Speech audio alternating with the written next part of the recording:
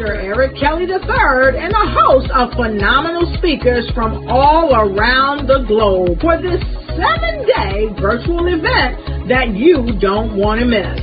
The mission of the Black Business Expo is to raise scholarship money from kids all the way from high school all the way from college. The Black Business Olympics is one of the largest Black business showcases in the world. It is an opportunity for businesses and companies to showcase their businesses globally. We are going to be giving away laptops up to $5,000 away to students.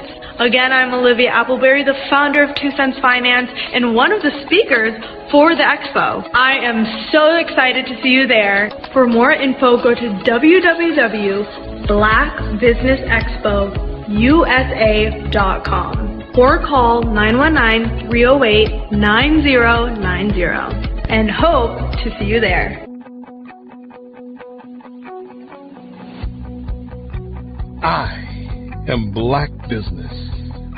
From the moment I wake until the time I sleep. Yes, I am Black Business. I am Black Business. Tell me, are you Black Business? I am Black Business. Do you support Black businesses? Listen, I support Black business because I am Black Business. Black Business Expo, one of the largest business showcases in the history of Black business in the world. The world! Sign up today at www.blackbusinessexpousa.com or call 919-308-9090. I am Black Business. I am Black Business. From the moment I wake until the time I sleep, I am Black Business. I am Black Business. Are you Black Business?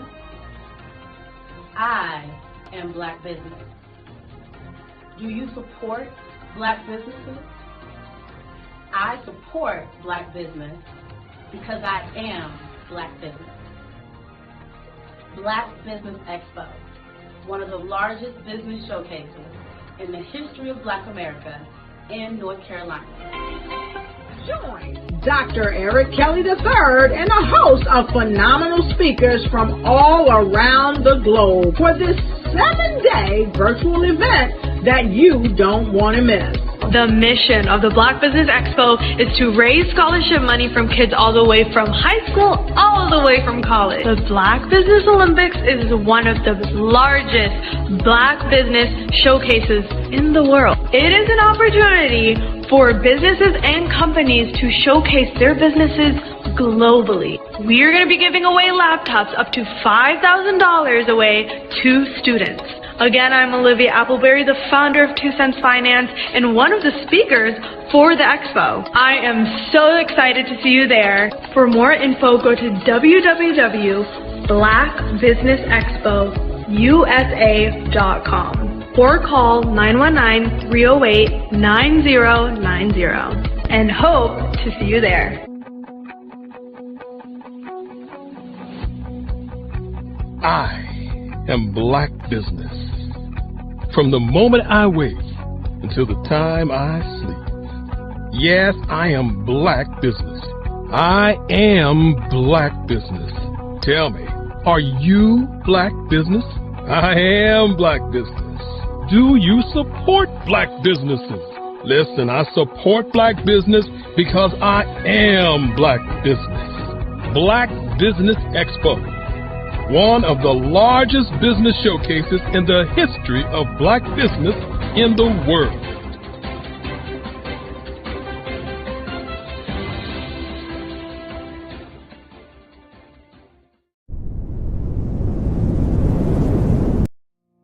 Did you know that approximately 333.34 million businesses exist today, according to a report from 2021? And you may be one of those businesses, or maybe you're not in the business market yet, but you're aspiring to be a business owner. Well, guess what? you're in the right place at the right time. Because let's face it, everything is about timing and opportunity. Hi, my name is Dr. Lotus Richey, and I'm the CEO and founder of the Lotus Richey Coaching and Consulting LLC, along with the Lotus Richey Ignite Show. 15 minutes of success with Dr. Lotus Richey, as well as books to boom your business and bring who you are. And today, I want to bring this amazing message to you about the Black Business Network and the Black Business Olympics. See, the Black Business Network and the Black Business Olympics is designed to help people just like you, that's right, that look like me, to take their business to the next level. Not just in your front yard or your backyard, but globally. The Black Business Network and Black Business Olympics is designed not to just help you survive, but to help you thrive.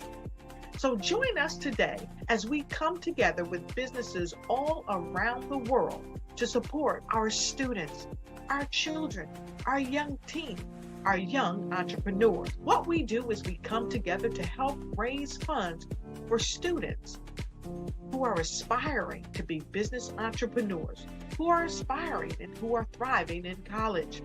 We endow them with a wonderful opportunity to gain scholarship of either a laptop or several thousands of dollars. And we invite you to help be a contributor to this amazing opportunity to help someone that looks just like you. So join us today at our website and let us connect with you and help you ignite and take flight in every area of your life on the Black Business Network and the Black Business Olympics. I'll see you on the other side.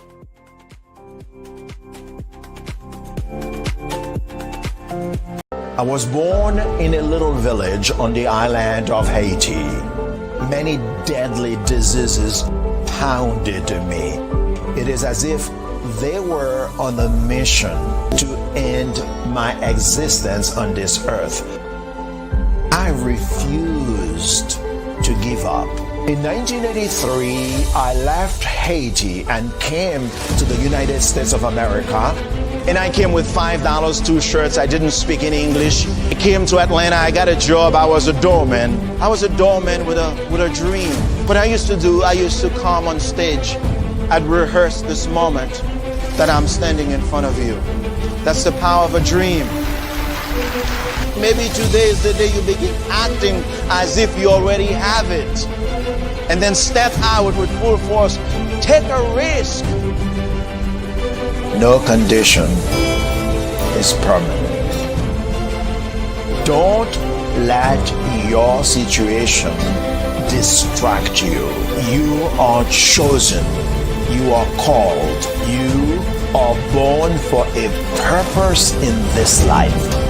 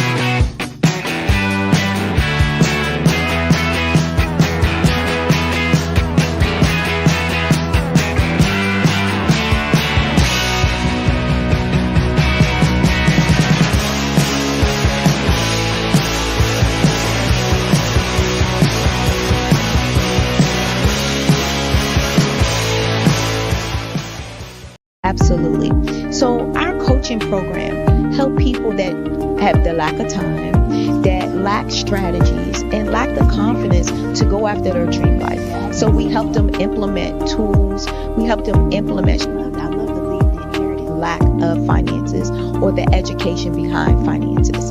But it wasn't until I lost my firstborn, my only son, that life changed for me.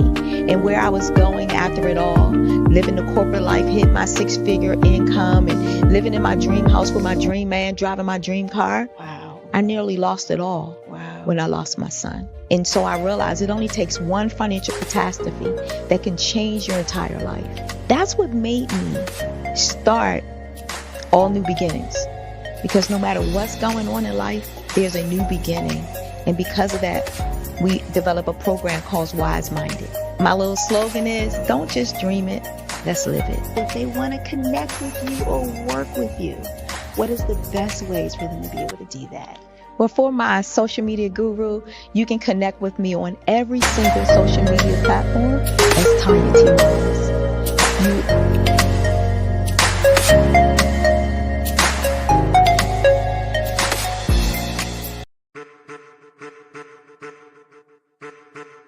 I am a child of the Most High God.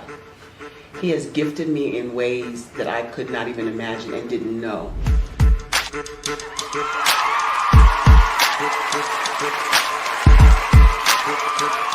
There was a time when I didn't know who I was. I listened to other people tell me who I should be, what I should do. I listened to people telling me that I should be a boutique owner, that I should be a construction manager, that I should be a laborer. Have you ever felt like you should do something else, be something else, go somewhere else, be wherever you wanted to be, and you felt like you were in a box? Anybody in the room? And you couldn't get out? Anybody in the room? And you kept trying to go and you couldn't get out? Anybody in the room? But let me tell you, you need to rock the box. Rock the box.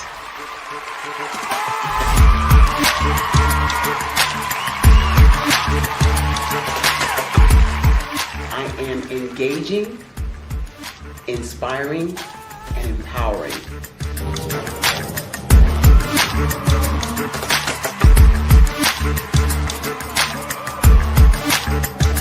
I would give you everything I know. Just by touching you, if I could, by osmosis, give you every single thing I've learned, I've gone through, I know I would. We know that's not possible, but as it is possible, I love to share information with people. Some of you out there, people have told you that you can't be, you can't have, you can't do. But I will tell you, like Kinston said, you can, you must, and you will. If it's to be, it's going to be me. You got to say it. If it's to be, it's going to be. If it's to be, it's going to be. If it's to be, it's going to be.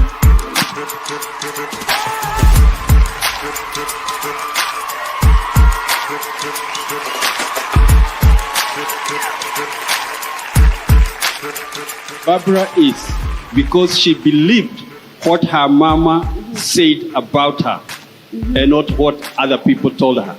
Every day you wake up, when you're in a situation, it's your choice whether it's an advantage or the disadvantage. She gained her confidence and her life, and now she is a testimony. If I can help you elevate yourself, then I feel like I'm elevating my own self as well. What you know and I know together can change the world.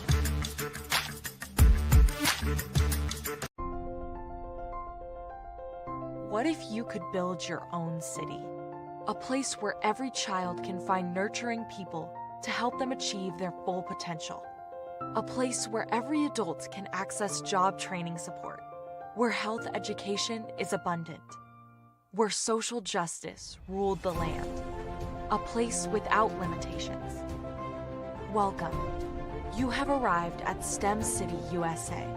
It is what every city should be. A safe and trusted community where you find people and resources to help you become everything you are and beyond.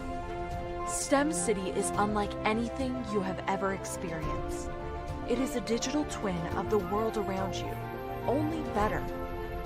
STEM City is about energy and soul renewal. It is more than a digital world. You can almost feel the power of live cultural events, music, and theater. STEM City promises a better future for children, with caring mentors and hands-on activities, with dedicated tutors to support our youth. STEM City is your passport to a healthy lifestyle, with weekly events addressing our community's many issues. STEM City is your financial well-being, with helpful information on wealth management, career advancement, job training, and so much more. STEM City is the community you deserve.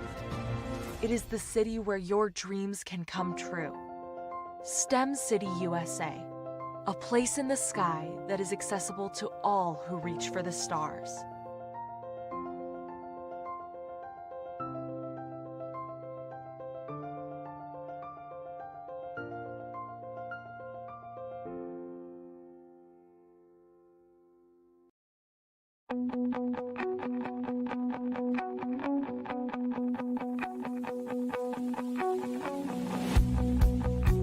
I am Black Business. From the moment I wake until the time I sleep. Yes, I am Black Business. I am Black Business. Tell me, are you Black Business? I am Black Business. Do you support Black businesses? Listen, I support Black business because I am Black Business. Black Business Expo, one of the largest business showcases in the history of Black business in the world. The world! Sign up today at www.blackbusinessexpousa.com or call 919-308-9090. I am Black Business.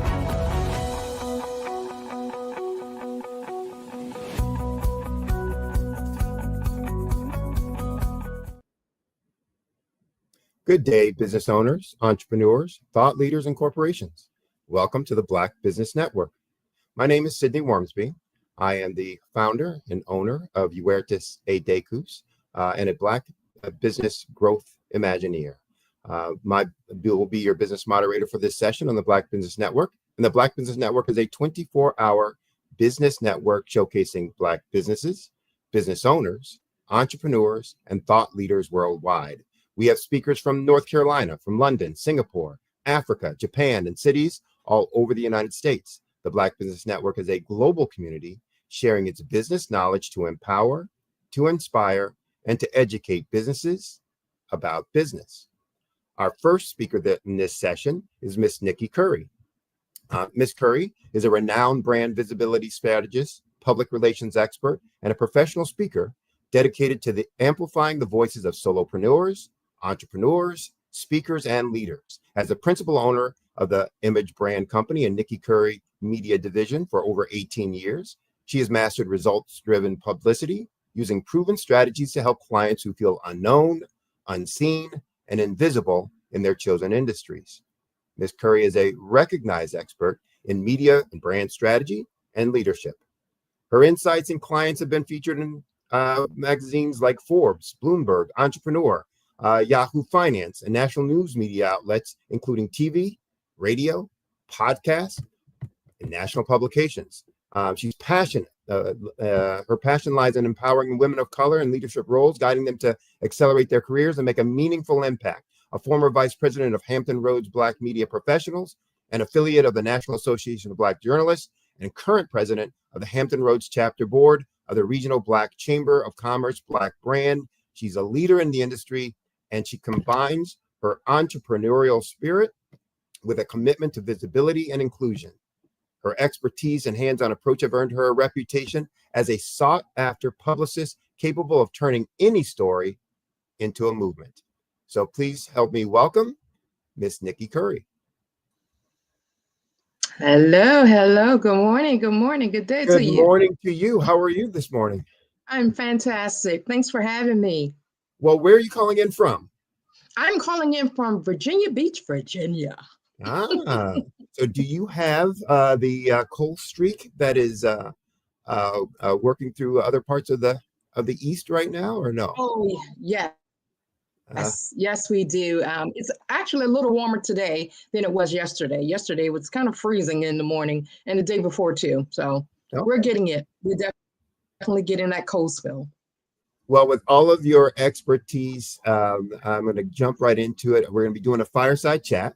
And I know that you have a ton of experience, as the folks heard from my intro of you, in terms of branding, in terms of publicity, in terms of image setting, et cetera. So we're going to talk a lot about that this morning with you, relative to businesses or relative to individuals, and just kind of pick your brain and let folks see how powerful the suggestions and strategies that you have are. So, okay. Oh, fantastic. Super. Love to do it. So let's start by maybe having folks understand a little bit about your background. How did you get to be where you are today? Did you do it through academic study and in marketing, et cetera? Pick it up, just in terms of the work experience you had. Tell us a little bit about your journey to getting from to where you are now. I actually kind of fell into it. It's funny, in school, in college, my subjects, the subjects that I hated the most were marketing. Look at me now. And psychology. I'm a big advocate and student of human behavior. That's a part of creating visibility as well. So, but I got into this after being called to do it. I have been that person that advocated for the underdog for as long as I can remember. And I am so sick and tired of people being overlooked, those with a big message, those that are designed to lead a movement. They are designed to lead others. I just want to be there for them. So I kind of fell into this. I went to school for business administration. I've been an entrepreneur since the age of 12 years old. I used to clean houses. I used to sell candy. I used to do all of that kind of stuff, but I've always had a heart for service. I am a servant leader, and I love to support and see people win, especially people of color. Super. One of the things, my undergrad was engineering, so I was very technical minded, but then I went to get an MBA. My first semester of my MBA had a marketing class, and it frustrated the heck out of me. And how can these be? Every question, to the professor, his answer started with, "It depends." And as an engineer who's like, well, it was the most frustrating. But once I got out and actually started, working, and once I started understanding, that all he's saying when it depends is, it depends on what the assumptions are and what the factors are, because there are going to be different strategies. It was a lot easier to take. But knowing where I am today, like you're saying, looking back on that first class, I thought, these folks in marketing are crazy. Talk a little bit about how you work with individuals and with companies. Is it different? Is it the same? And talk a little bit about what it is that you do with them and for them. What I work with, I love that question, because I'm always teaching, start with the who. Most people think you should start with the why, but start with the who. So I work with thought leaders, entrepreneurs, business owners. A lot of them are in the service-based businesses. And I do work with some companies because I come from the corporate world as well, but I prefer to work with the personal brands. Without establishing a personal brand, it's hard to create a company brand. Most people don't believe that, and I probably get my marketing card revoked, but it's okay. I stand on my word here. But your personal brand is what helps leaders become better leaders. We buy into the person. We don't buy into your product or necessarily the service. Yes, you're going to solve our problems, but we help those that are trying to position themselves in a way to serve others. You have a solution to a problem, and that's the only reason why people buy from you, because you are providing a solution. So the way we do it is working with that personal brand first. I can't get you high-level visibility. I cannot get you high-level publicity. I can't get you here, there, and everywhere if your personal brand is not cohesive, if that makes sense. You don't have to have it perfect. We're all imperfect humans, but it needs to be something that says, wow, I need to work with him. Or wow, he understands my problems. Or wow, I've been looking for someone just like Sydney. And that's what we do. Talk a little bit about how people, or how that manifests itself. So when you talk about that it's cohesive, tell the folks out there, in in daily behavior language, what that looks like or what that means? What that means is your daily activity, let's just say your online reputation, that says a lot for you. Your work speaks for you. So it's not about the brand's logo. It's not about all of that, even though that stuff is important. Right. It is important, but it's about the reputation that you're establishing for your brand. Right. People buy people, right? People relate to people. So it's about the activity that you're putting out there on a daily basis. So I would always suggest that be the person that you are offline, be that same person online. Right. Now, if you are a jerk offline, then you're going to be a jerk online. So make sure you look at that piece. But it's about, you attract your tribe, right? You really attract your tribe. And I didn't realize how much or how important that was until I had people coming to me say, I love how you move. I love how you take care of your people. You are a servant leader. You lead with your heart. Now, sometimes that's not always good in business.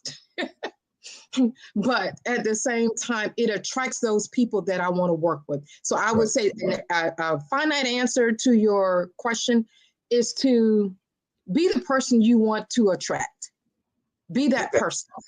Be authentic. Be genuine, right? So, yeah, that's my answer. So talk a little bit more about that servant leadership piece. Yes. What it means to you and why you feel it's so powerful in being effective as a leader, but more importantly, or more connected, relevant for the audience today, as a business owner and as a business leader. Well, let me say this. Service is not a dirty word. Mm-hmm. Most people think, oh, you say, oh, I'm of service. That means you do everything for free. Oh, you're easy, you're accommodating, you're accessible all the time. That's not true. Being of service is being that leader that is taking on that calling. You understand your calling. You understand your assignment. You're not afraid anymore. You're not going to sit on the sidelines and shrink or say, oh, let someone else do it. You're going to step out there even when it's tough, even when it's hard. What it means to me to be a servant leader is that I'm ready. I'm ready. I've never been a part of the cool kids club. Don't want to be. I'm cool with that. But I am that one that would say, I will advocate for you if I believe you're right, or if you're on a movement or you have a solution to a problem that's needed. That is so important to me. And I hope I'm answering your question because I get fired up about this stuff. That's good. Servant leaders are not afraid to say, I got this. We're going to do this. And I wish more people would join our mission. They would step out in their space, their vertical, their industries, whatever. And they will go, hey, I am here advocating. I'm a leader for this class of people. Everyone needs someone to advocate for that, someone to give a voice to the voiceless. Right. And it's kind of looking for how you can deliver and give first. Rather than looking for what I can get, from first. And I had a manager, middle of my career that came out of corporate, similar to you. And he said, I look at my job as this, my role. He didn't say job. He goes, I look at my role like this, that you're all running the hurdles sprint race. And my job is to run out in front of you and knock every one of those hurdles down so you can just run. And I thought, that's great imagery, because everybody understood that, and what that meant and what that looked like. That kind of stuck with me. That's what it means to be a servant leader. Talk a little bit about how leaders can inspire others, when they have that vision of what they want to do and what they want to deliver, and how they want to serve. How can, leaders really inspire others to join in that vision? Wow, that's another great question. They can inspire others by being authentic, by being themselves, and again, tapping into not so much of the what and the why, but the who. Once you discern who you're advocating for, who you're servicing, that will set the tone. That sets the tone for everything that you do going forward. Service leadership is for those that are saying, I'm ready. I'm going to lead the movement. So when you think about, and this, I'm going to tie this leadership thing into branding. So when you think about leaders such as Martin Luther King, what is the one word that describes Dr. Martin Luther King? What is the one word that comes to mind? Or maybe two words. Oh, wow. Well, for me, again, it is service. It is. I will say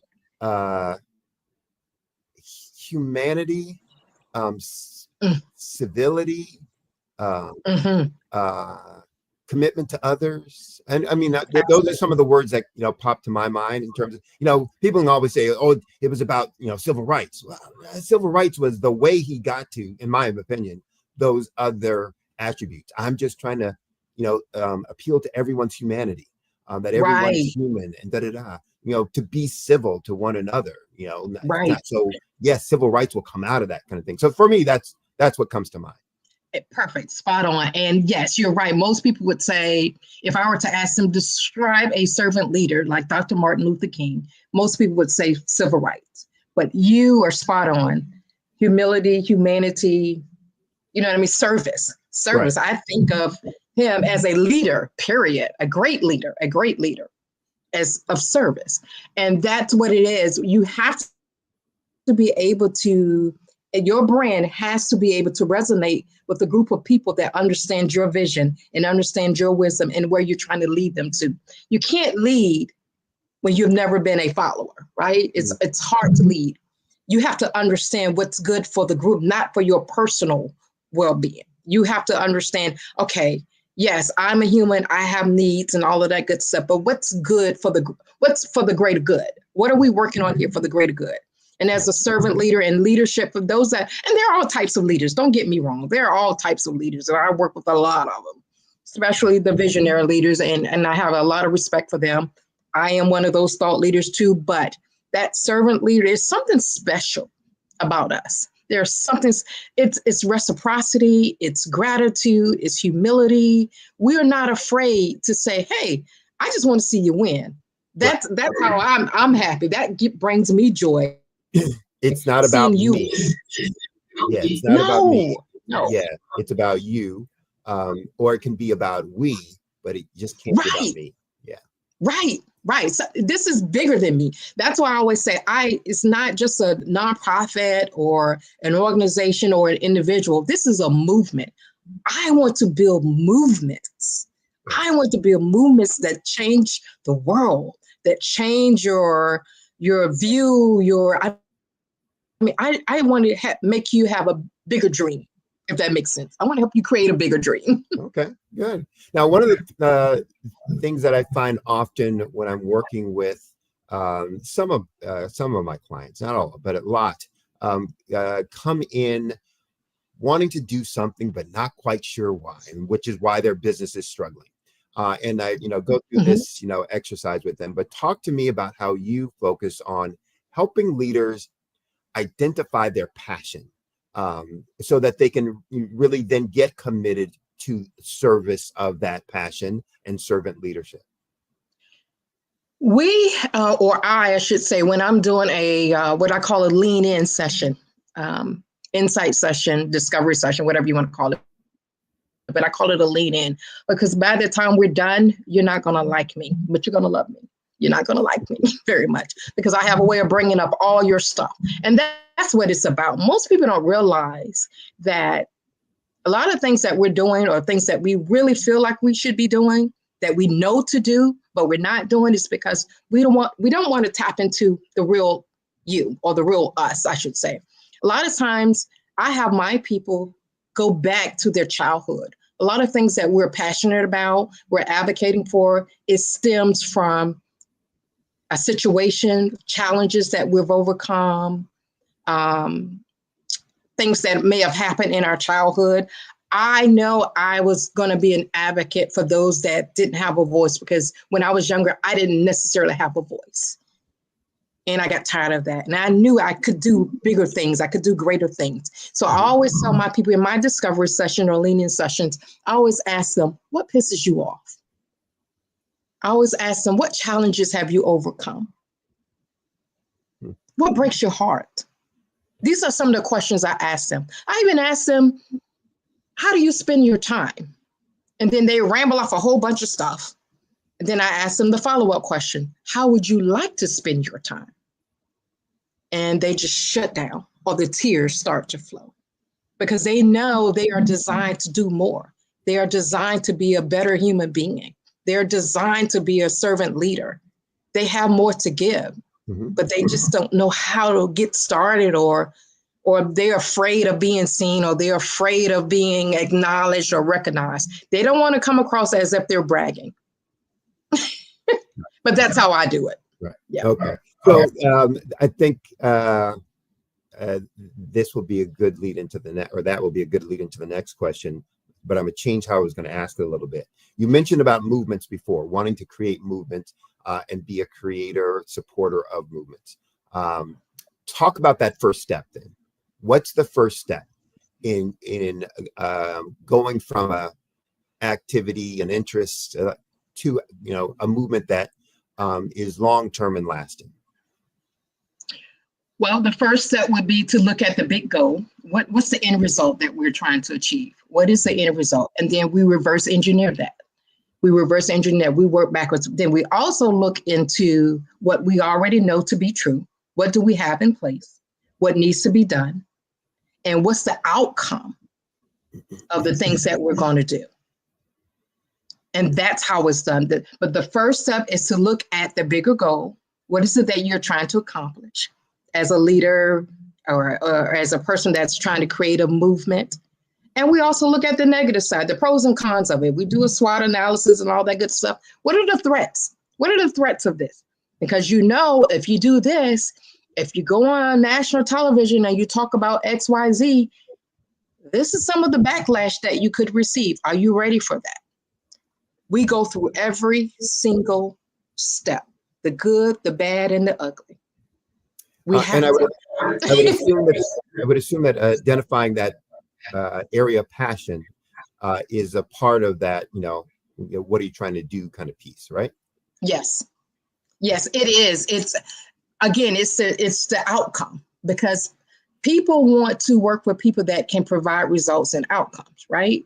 So if you're trying to be a leader that's trying to create a movement, how long will it take to get this movement going? When do we know we have achieved success for this movement? That kind of thing. So, but you have to be ready. Not everyone is ready, and that's why I don't work with everyone. I can't. I mean, yes, I've had the opportunity to work with celebrities all across the world, all that good stuff.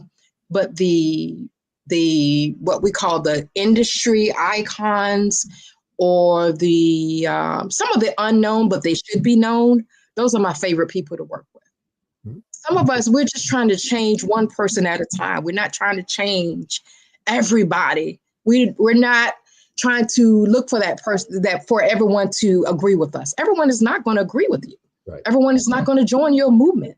They don't want what you're offering. They're just not going to be there for it. So yeah, but those that are trying to change the move, you got to know what the outcome, what goals are you trying to achieve? I hope I answered your question. Yep, you did. And you kind of led to another one or thought. You were talking about everyone's not going to like what you're doing or where you're going or what you're trying to accomplish, etc.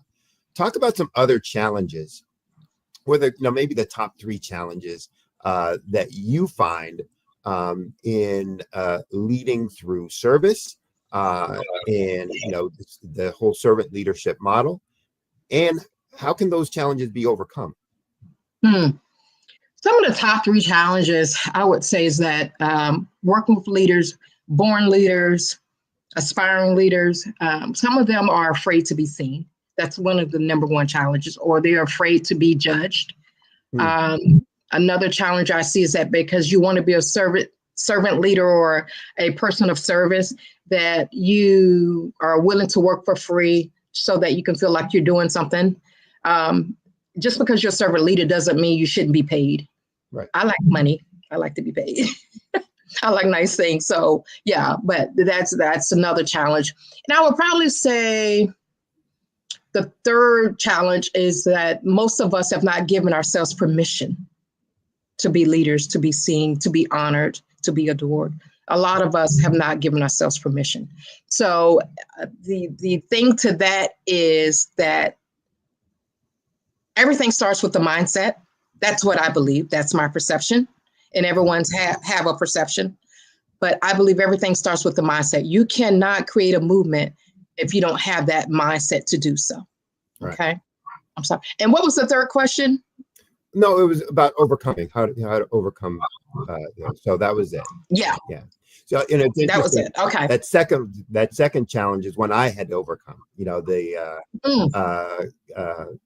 I let the passion for helping and improvement overtake the, oh, I should be paid for it, because I would see it and I go, oh, but I know I can help them. Let me just go do this. And one of the things I had to realize was, I'm not really helping them because they're not really valuing it. And so they're really not putting all their heart and commitment into doing this.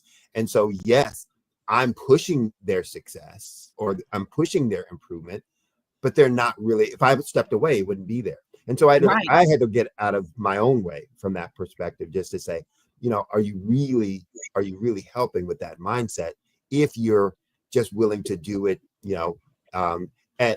for free or lower cost or all those other kinds of things without making them really appreciate that. So I can stand as testimony, for that one.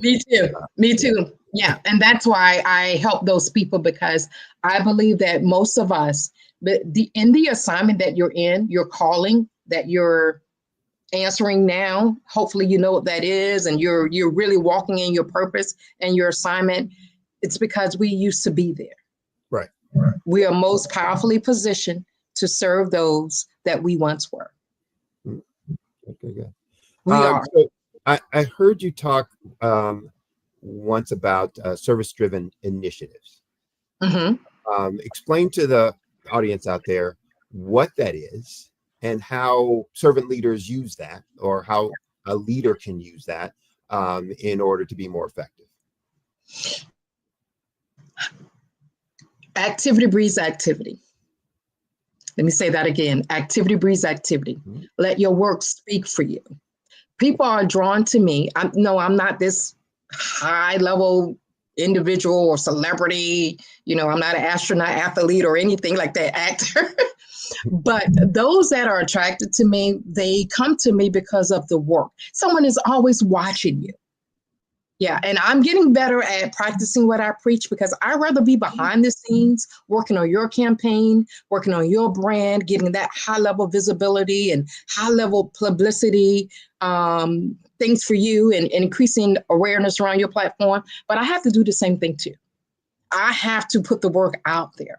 And the way you attract people to you is by being you, being genuine, being authentic. Stop trying to be what I call the eBay syndrome, trying to be everything for everyone. You can't. You can't. Those times are those, and that's done. That behavior is, people can see right through that. They can see right through the fluff. And I promise you, when you step out there and be you, have a brand of your own, have a perception, a point of view. People are attracted to point of views. I may not agree with you, but I'm listening, right? I'm listening enough just to say, I don't agree with you, Sydney. That's the kind of thing that happens right now. We're human because someone is always watching you. Mm-hmm. So the thing you have to do is be you, the authentic you, the person that you were designed to be. Who were you created for? Why were you created? What is your purpose? What is your assignment? You have to live and work in your assignment, period. Good. Well, as I work with some of my clients, one of the things I notice a lot is they're overlooking others who can help support or be a partner with them. And so I have to do a lot of work with them on strategic partnerships, strategic alliances, et cetera. Talk about in your work, how you use partnerships or how you inspire folks around the importance of partnerships in building these long-lasting, sustainable movements. Love that question. Love it. Partnerships, is synonymous with collaborations in my book. Collaboration is the new currency. It is the new currency. I have had more publicists or public relations professionals call on me and say, hey, I'm trying to get on this radio station, or I'm trying to get here, there, whatever. Can you help me? Now, most people in different industries, they would view that as competition. I do not. I do not. Again, it goes back to servant leadership, right? If I can help you, then maybe one day someone will help me. And I am being helped all the time. People are coming to me and say, hey, I got this opportunity for you. Hey, can you speak here? I am blessed in that way. So collaborations and partnerships, strategic partnerships, just make it a win-win for both sides. Find out what's needed. One of my favorite questions is, no matter what situation I'm in, what do you need? Because I am trying to be more interested than trying to be interesting. When I can find out what you need, Sydney, as a leader, as a strategic partner, then I can say, hey, maybe we can do this X, Y, Z. Then you will look at me as value. It's about providing value, not having a one-sided situation. Strategic partnerships is needed. We can do more with partnerships, with the right partnerships. We can cover more. We can help more. We can increase our bottom lines with partnerships and collaborations, and not be afraid of you winning more than I'm winning. We don't have time for that. Right. That's good. I like that. Yeah. One of the things I see often too is people get distracted or diverted because of the issues of the day, or because of the deficiencies of the day. You know, often it's about sales or money, profit, etc. And we start chasing that, etc. And get off of our mission, off of what we said we were, doing this for.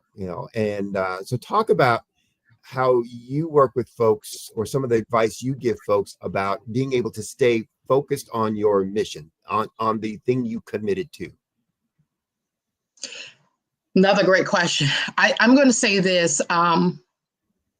The older I get, the more I believe in focus on honoring my commitments. Sometimes it's hard. I lead a very busy life. But being busy is nothing when you're not productive, right? So I try to create a focus, and it's hard. And I try to teach my clients one thing at a time. Try not to take on too much. And I want to take a saying out of a famous brand strategist, Roy Vaden's book. He would always say, a diluted focus gives us diluted results, right? Mm-hmm. So when your focus is all over the place and you're wavering, you're here, you're there. And I'm a great multitasker, sometimes too much. And that's a challenge that I have, because I can do 5, 6 different things, but you can't give 5, 6, 7, 8, 9, 10 different things 100% focus. Right. So I've learned to pull back and focus and get centered. I decided to go deep instead of wide. Okay. All right. One maybe similar to that. It's easy to get discouraged. Mm-hmm. And one of the things I always talk to folks about in terms of vision and values and passions is that you need to be true to those, because there will come a moment or moments where you will be discouraged, you will be challenged. Someone will say, I don't agree, and push back. And you need to know what you're standing on and standing for, etc. So talk about the importance of resilience. How do you build that determination or resilience in your spirit, in your personality, in your behavior, in your mindset, to get long-term sustainability in your movement of what you're trying to do? I serve others. Short answer. I serve others. You know, when you're feeling discouraged or you're feeling down and out or nothing is working out for you, go have someone else win. I'm telling you, it would change your life. Help someone else achieve a win. When you reciprocate some of the things that have happened to you, that has happened to you, it would help you see, okay, things are not as bad. It will help you dust yourself off, get up, and try again. Yep. Yes, you're human. Of course, you're going to have slow times. You're going to have times where you don't feel adequate. And those are the people I work with, those that feel inadequate, those that feel, I can't do this. But I promise you, you can. You can. I suggest to you, help someone else. Take yourself out of the equation just for a few minutes, just for a little while, and go help someone else. And I promise you, you will see, okay, I'm better off than what I realize. I can do this. I can do this. Let me get up and try again. And if you fail quickly. And most of the times I have learned that 80% of our failures, that's what we want. Let's go ahead and fail quickly, learn from that lesson, get a lesson out of that, learn something from it, and move on. But that 20%, that's where the movements are built. That 20% that works for you, that's where your movements are built. Focus on that. Focus on that. Don't focus on your failures. If you fail, just know that you're not alone. And you want to fail because you want to learn from those opportunities. Those are the things that would teach you how to be better, how to do better, how to gain more, how to create the movement that you want. Good. We're kind of winding down on time, so I only have a couple more questions that I can ask you. But one I want to ask you, your favorite or your most rewarding, people always want to know, those kinds of things. But anyway, talk about a movement that you led or that you viewed that inspired you and that you think is an example of exactly how it should be done. Wow. Okay. I have a former client. She's one of the top social media strategists in the country. Her name is King Ashley Ann. And a few years ago, this is something that she does every year around Thanksgiving or Christmas time, the holidays. She gives back. She's a servant giver because she came from nothing. She's created a major movement in her space. She was giving, she went to the local Kroger stores, the local grocery stores in her area, and she was buying food for strangers. She purchased, over the course of 3 days, she purchased over $28,000 worth of food for people that were just coming in those stores. No one knew who she was. That's the funny part. No one knew who she was. And I was watching this. A friend of hers was streaming this live on one of the social media platforms. And I kept saying, wow, this is amazing. This is amazing. I was her client, but she wasn't my client as of yet. And he was just streaming, she was just buying food, bagging the groceries for strangers. So I took it upon myself to send this information to the news stations. She didn't know it. She had no idea. I stayed up late at night to about midnight, writing up the story and sending it to the different news stations. Long story short, I got a phone call the next day. News stations, media outlets wanted to interview her. And she's like, and then I sent an email to her staff and said, hey, this news station would like to interview you. And she's like, what happened? How did they get the story? How did they know about it? And I said, I took it upon myself because this is something that you've been doing for years and the world needs to know about it.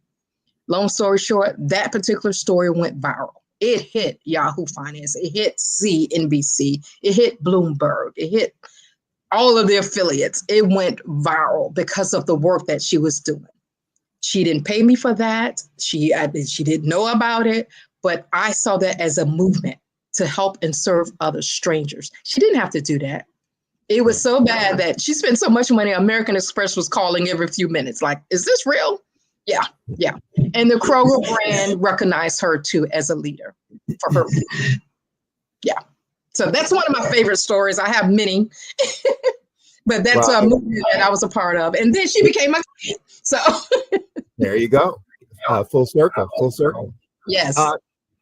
talk about the advice you give to folks. If they're looking to create movements, have big impact. Talk about the advice you give to leaders who are listening to you out there right now.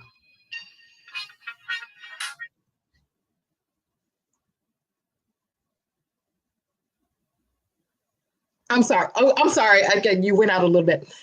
The question was.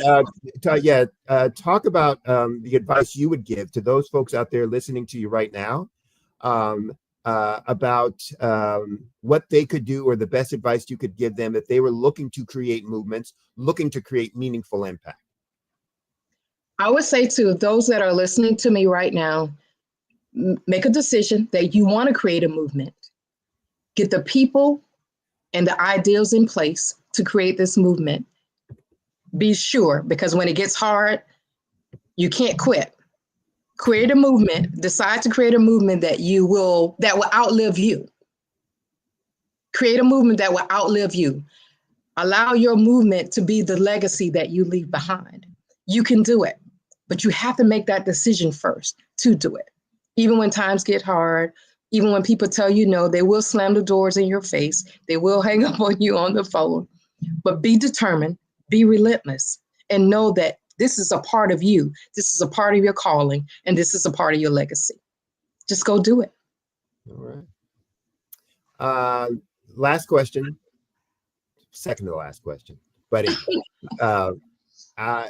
when folks are doing this work, what do you recommend as the ways that they kind of measure their success, their impact of the initiatives that they're setting forward, or the movements that they're trying to lead and direct?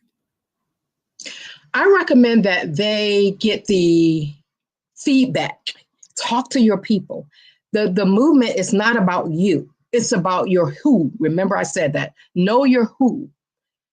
Find out what they need. Are we providing results? Is this movement being measured? It's not about numbers, but it's about the results and the outcomes. Are you getting the outcomes and the results that you set out to get? I mean, are you getting those things? Are those things coming through for you? That's how I measure success. That's how I measure movement. Are we moving the needle? Period. Are we affecting or impacting our people one person at a time? It's about impact. It's not about numbers. It's not even about money. It's about impact. That's how you change the world. Impact through your servant leadership. Give some examples. I mean, everyone will, go to the Martin Luther King, example you talked about before, but give some examples of lesser known folks and some things that they did. Maybe some of your past clients, maybe, folks you just, watched and admired in terms of your expertise in this subject. And you say, gosh, they're doing exactly, talk about some of those examples that people might get a sense of, oh, I am doing that, or, oh, that's what that means. I'm not anywhere near doing that. Talk a little bit about that. That's a great question as well. I work with a lot of nonprofits and service-based organizations. There's a story that comes to mind. Beverly Zimmerman Wright. I met her through a program where I'm one of these specialty consultants. I go in and I consult with these business owners and nonprofit leaders. She used to be a part of different nonprofits herself, but she now runs a food desert. She runs a program where she feeds a lot of people. She started with nothing. She's been pulling money out of her pocket, everything. And when I met her during this special session or class, she didn't know me from anything. She didn't know me from a can of paint, but she just came up to me. She just kept watching me and walking across, my path. And she came up to me and she's introduced herself and I introduced myself. She didn't know I was the speaker for that night, but she said, let me tell you a little bit about my story. And she told me about the story of how she started her nonprofit after she lost her son to a rare form of cancer. And she realized her husband, he was in the military at the time and she didn't have food. So she had to be there during the day with her son, but she had help. But at night, she was by herself. Her husband was deployed. So if she needed anything at night, like food or anything, she couldn't leave her son because he was on machines. Anyway, she decided that once her son passed away, she was going to honor him by opening up a nonprofit, and his name is called Jonathan Cares. So what she does now is go to Wegmans, Fresh Market, Whole Foods, all these different places, Panera Bread, and she collects food and gives it to the needy. She collected I just did a story on her, got her on the news for the first time. From Wegmans, she collected over $1.5 million worth of food from Wegmans alone and has given it out to the needy and to her community. People are now donating box trucks to her. She's looking for a warehouse space. But these are the kind of stories that intrigue me. These are the kind of people I think should have the opportunity to elevate their message and reach more people and help them. It's about helping the masses for those that need you and the service that you provide. And she has done all of this work out of her own pocket. Now she's starting to get grants. She's starting to make those strategic partnerships. But she is a story that no one knew who she was. And now she's on Wegmans newsletter. She's on ABC. She's on NBC. And we're getting ready to do a story on 700 Club, that kind of thing. Right. She has a heart for service because she has gone through this. And now she wants to help others avoid this. So one of the, and that's a great story and a great example. And one of those things that, it just, it makes you feel warm inside about, yes, that's what we should all be doing. One of the things I see with a lot of folks when we talk about being a servant leader is the misconception that means doing it for others, meaning that you're doing the work that they should be doing, because that's what it means to serve others, is to, to be a maid, be a butler, et cetera, et cetera. Talk about that misconception, and what kind of damage to their ultimate passion you've seen that happen in your work. Anything that you think kind of leads to that, or best ways to prevent yourself from falling into that trap. The damage that I've seen from this kind of work, and you're spot on with this because I've experienced it too. I call it compassion fatigue. Some of us are so compassionate and of service for others that we forget to take care of ourselves. And the damage that it causes is that people, they see you as always being accessible. I talked about that earlier, always being accommodating. Sometimes we have a hard time saying no. And no is a complete sentence. However, being of service doesn't mean you should get paid. You should not get paid. That's not what it means. Because I believe if you put more money in my hands, I can help more people. I can reach more people, right? Especially women of service. We're just like that. But I think the thing that we have to do is we have to also realize, for those that are in business, we also have to realize, even though you may be in a nonprofit, you still need profit to operate. So you have to run it like a strategic business. You have to run it like it's like so that you can attract partnerships, sponsors, grants, money, that kind of thing. And sometimes you just have to say no, and do not allow that compassion that you have for others to drown you out. You have to put it on your own oxygen mask first, right? You have to take care of yourself because you're no good. You're not of service to anyone else when you're down, when you're sick. And I've experienced that, and not too long ago, because I'm running, I'm making things happen. I'm a go-getter. I'm an action taker, and I'm a problem solver. Granted, but I'm human too. I'm human. And sometimes we have to recognize that. Sometimes we have to say, sorry, I'm off the grid today. I can't do it. I'm not of service. I'll get back to you, or I will recommend someone to you. But that compassion fatigue, it's a real thing. And sometimes it causes guilt. It causes guilt, and it hurts. But you know what? This too shall pass. Right. And look for the longer term, greater good. Right. Well, we've run out of time, unfortunately. So you'll have to come back so we can go into more depth and detail of these topics and examples, et cetera. But before we go, tell folks out there, what's the best way, for reaching you? If they want more information, if they want to work with you, they want to hire you, if they, just want to talk more about, how they can become a stronger, better servant leadership, what's the best way to reach you? Oh, the best way to reach me, a couple of ways. We're doing some rebranding right now, but LinkedIn. I live and breathe on LinkedIn as far as social media platforms. Look for me on LinkedIn as Nikki Curry or Nikki Curry Media. I'm there. And then as well as I have a page where you can go find different things. I have freebies and goodies and things like that, visibility strategies that you can download for free that will help you get your awareness out there to help you, boost your platform. And it's on my LinkedIn, my Linktree page. Gosh, I can't talk. linktr.ee/Nikki Curry. It is a lead magnet that you're able to download. And then if you want to call me 757-695-4999, 757-695-4999. You can call or text me there. Okay. Well, it's been a pleasure talking with you this morning. I know the folks have gotten a lot of insights and a lot of information from you. And so until the next time, remember, genius is common, and I'll see you on the other side. Absolutely. Thank you.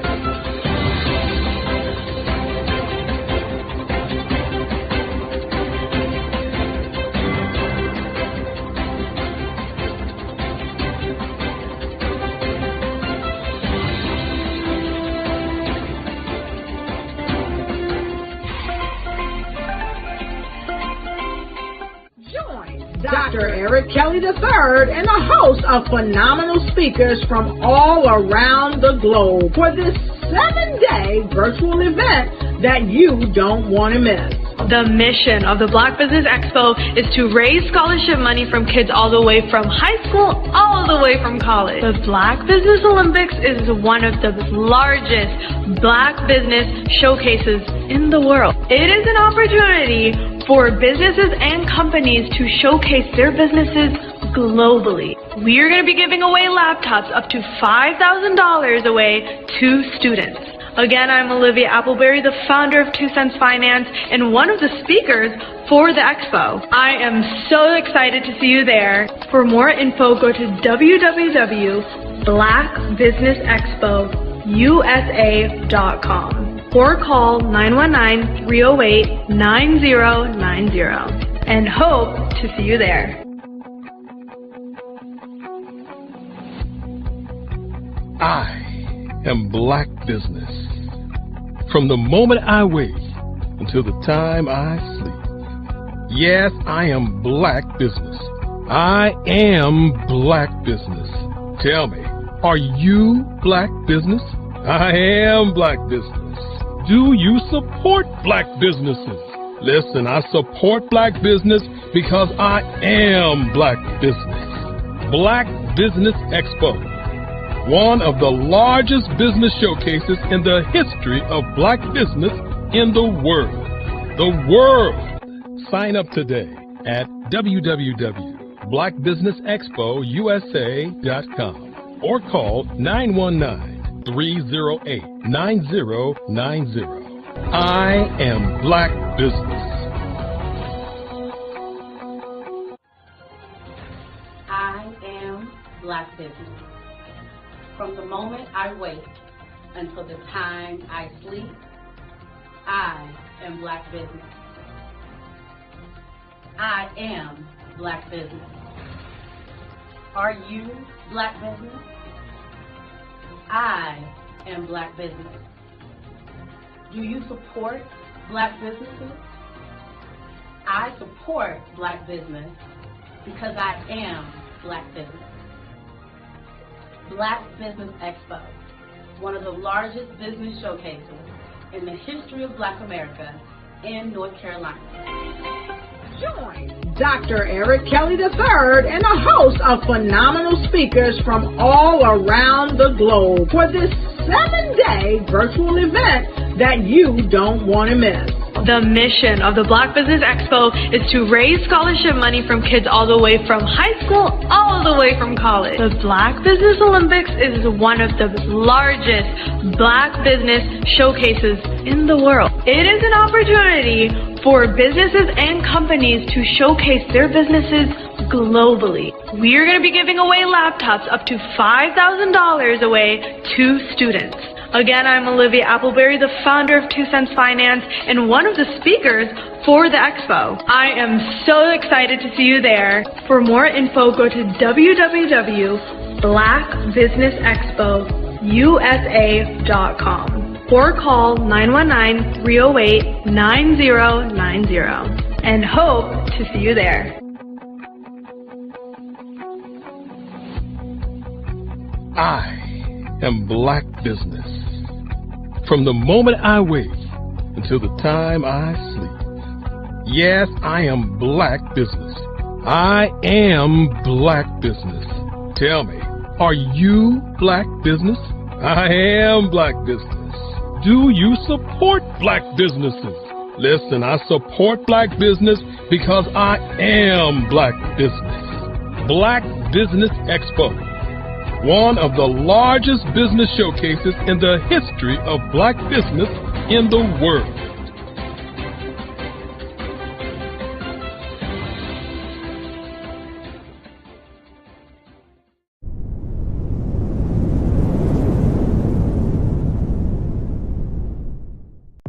The Black Business Network and Black Business Olympics are essential platforms for Black business owners globally.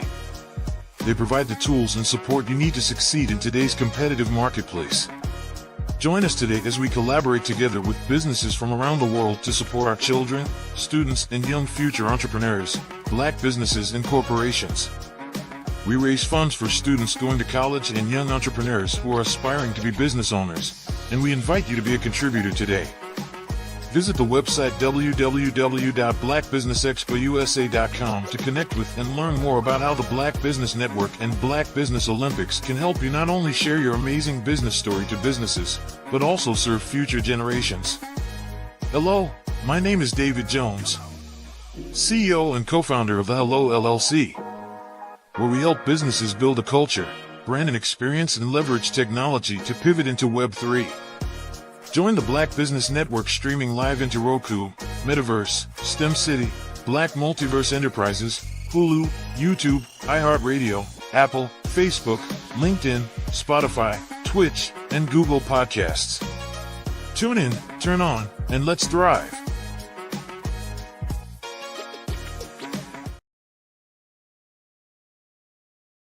Welcome to Intentionality with Dominique, the show that helps business owners become valued and in-demand suppliers in the marketplace to scale their businesses. Let's start today's show with host and intentional connector, Dominique Simpson-Milton. My favorite question to ask, but what would you say is the difference between working in your business versus working on your business? Oh my goodness, it's a mindset for sure. And prior to working with the council and working with you, I don't even know that I placed as much emphasis and importance on it. But now I understand the importance of working on the business, which is that business development, strategic planning, taking that 30,000 foot view, every 6 months and definitely at least once a year to find out what's working well, what's not, pivoting if there's a need to pivot, adding new verticals. Like that's working on the business. Working in the business is the day-to-day operations. Right. Putting out fires in the day-to-day, responding to emails, that type of thing. And working on the business is setting a strategy based on what's going on in your various industries what are the trends, and making sure that you are doing the steps to stay in front of those trends. As you grow and as you evolve, I'd say there are a couple of things to that. One is if you are in the weeds every single day, and quite frankly, when you start a business, there's not a lot of, it's hard not to be, right? Because you're probably small when you start. There are probably not enough resources for the things that you have to do. That's normal. But as you grow and as you evolve, you start to understand that if your view is here, then you cannot gain the perspective to see all of the interrelationships and all of the opportunities and all of the strategic maneuvers that you should be doing in order to take grow your business in step functions as opposed to incremental. Well, working in the business is doing everything. You wear all the many hats.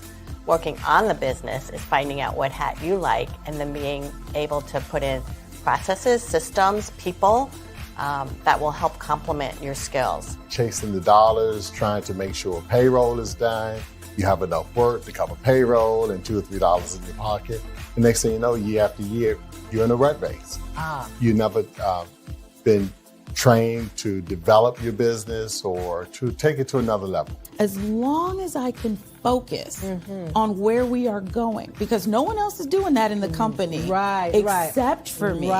So if I can see, here's where we're going, and I need all 10 of y'all to come with me, then if we all do that together, then the business grows because everyone is focused on the thing they're supposed to be focused on. Love that. Yeah. I think for a lot of business owners, particularly when you're just getting started, you're wearing multiple hats. I tell people all the time, I was always letter E, all of the above, when we used to fill in those multiple choice tests. And even now I still do a lot, but what is really great is that right now I'm in Richmond. My team back in Raleigh is handling everything. I don't have to pick up the phone. I don't have to check that email because I know that they can take on whatever is being thrown at them. Take time to slow down in order to speed up. Invest in CVM SDC developmental programs each year to grow your business. Working in equals maintaining. Working on equals growth. Visit cvmsdc.org for more information on our. In today's competitive market, standing out is essential. 5-Star BDM, led by visionary Grant McGaw, offers the key to unlocking your brand's true potential. With innovative strategies and a passion for empowering businesses, 5-Star BDM is transforming personal branding and business development, moving brands from merely competing to dominating. At 5-Star BDM, we revolutionize personal branding by crafting authentic identities that enhance visibility and influence. Our Brave Blueprint drives measurable results, ensuring a return on investment through tailored strategies. By integrating artificial intelligence and advanced methodologies, we provide your business with a competitive edge in the digital age. Grant McGaw brings over 20 years of leadership experience with Fortune 500 companies. Named a top 10 global thought leader in personal branding, Grant's achievements include the 2024 Best Personal Brand Development Podcast for Follow the Brand. His philosophy, integrity doesn't have a price tag, is the foundation of 5-Star BDM. Partnering with 5-Star BDM means embarking on a transformative journey. We begin with discovery, analyzing your brand's DNA. Using the Brave Blueprint, we develop a strategy tailored to your goals. Our support continues through implementation, training, and ensuring long-term success with AI-driven insights and real-time adjustments. Our impact is evident. A healthcare tech firm experienced a 300% boost in brand recognition and 75% sales growth in 6 months. Entrepreneurs report increased customer retention and new revenue streams. Diverse companies like Black Business Expo USA and Akaba World Network have become industry leaders through our guidance. Join the movement and elevate your brand.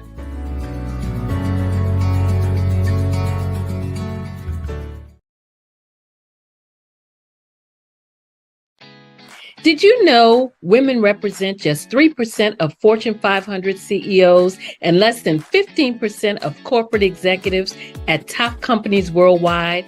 Have you wondered what the secrets are to getting into the top ranks, whether in the private or public sector? Do you want to figure out how to stop being held back in your career or passed over for promotion? Then you're in the right place. Hi, I'm Dr. Madeline Ann Lewis, President and CEO of the Executive Women's Success Institute. I have decades of experience in the military, the federal government, and corporate America, and my mission is to help women succeed and tap into their full potential. I want to reach 1 million+ women around the world to become the leaders they are meant to be. So if you want to move into a management or executive level position, or maybe you are a female veteran transitioning out of the military into business entrepreneurship, then reach out to the Executive Women's Success Institute at 301-693-3284. Let us get you on the fast track to success. Over the past few years, we've seen the growth of existing and new initiatives focused on financial inclusion, building global networks, and reducing the wealth gap in response to the idea there's not enough seats.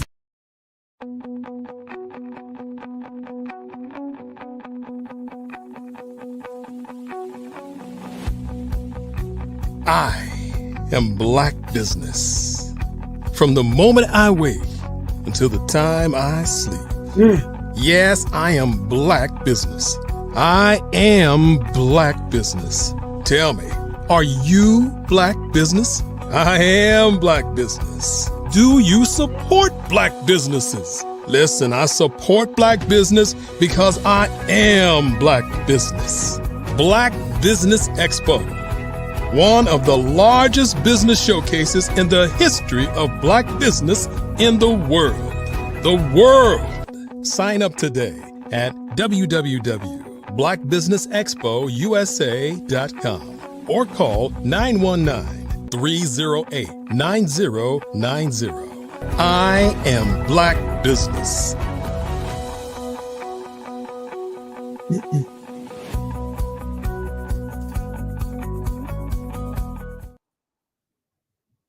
Good day, business owners, entrepreneurs, thought leaders, and corporations. Welcome to the Black Business Network. My name is Sidney Wormsby. I'm the owner and founder of Huertas e Decus, LLC, which is a business growth practice where I work with small and mid-sized business owners to double their profits in less than a year using the concept of small change to big things. I'm also your business moderator for this session of the Black Business Network. The Black Business Network is a 24-hour business network showcasing Black businesses, business owners, entrepreneurs, and thought leaders worldwide. We have speakers from all over, from North Carolina, from London, Singapore, Africa, Japan, and cities all over the United States. The Black Business Network is a global community sharing its business knowledge to empower, to inspire, and to educate businesses about business. Our next speaker for this session is Mr. Kyle Freeman. Kyle Freeman is a dynamic entrepreneur, trainer, speaker, author with a proven track record of leadership and innovation across many industries. As the co-founder of Capital Raising Academy and the author of the book, Going Public, How I Took My Company Public, Kyle is passionate about empowering small to medium-sized businesses, including veteran-owned enterprises, to secure funding and achieve their full potential. He began his journey in marketing in 1966 and in 2003 founded Juice Marketing, Inc., where he served as its president and CEO and transformed the business into JMI Telecom Corporation, one of the only minority-owned public utility companies in the country. He started out as a Navy chief petty officer. Well, didn't start off as chief petty officer. You got to move up to get to there. But he started out in the Navy, retired as a chief petty officer. And so he takes that Navy experience, brings discipline, leadership, and mission-driven approach to everything that he does. He has expertise, as I said before, that spans many industries, making him a sought-after speaker and consultant. And through the Capital Raising Academy, he's on a mission to help 1,000 companies go public by sharing his deep knowledge of funding sources, venture capital, and public markets. He has a commitment to building legacies and inspiring others to do the same, with his stories of resilience, innovation, and his commitment to building legacies. And here's a fact that says it all. He has been married to his childhood sweetheart for 37 years. 37 years. That's commitment. That's a legacy. So help me welcome Mr. Kyle Freeman. Hello, how's everybody doing? Good, good. How are you? Good, good. And thank you, Sydney. It's a pleasure. It's a pleasure. I say that with all sincerity. To marry your high school sweetheart and still be together after 37 years is a testament to commitment, to love, to honor, to excellence, all of the things that you talk about, from your career, and that we can, kind of exemplified in that one simple fact. So congrats to you and your wife on that. Thank you. Thank you. I appreciate that. Thank you so much. Yes, it is wonderful. I've known her since she was 14 years old. Wow. Wow. Now, I wasn't the older man. I was 15.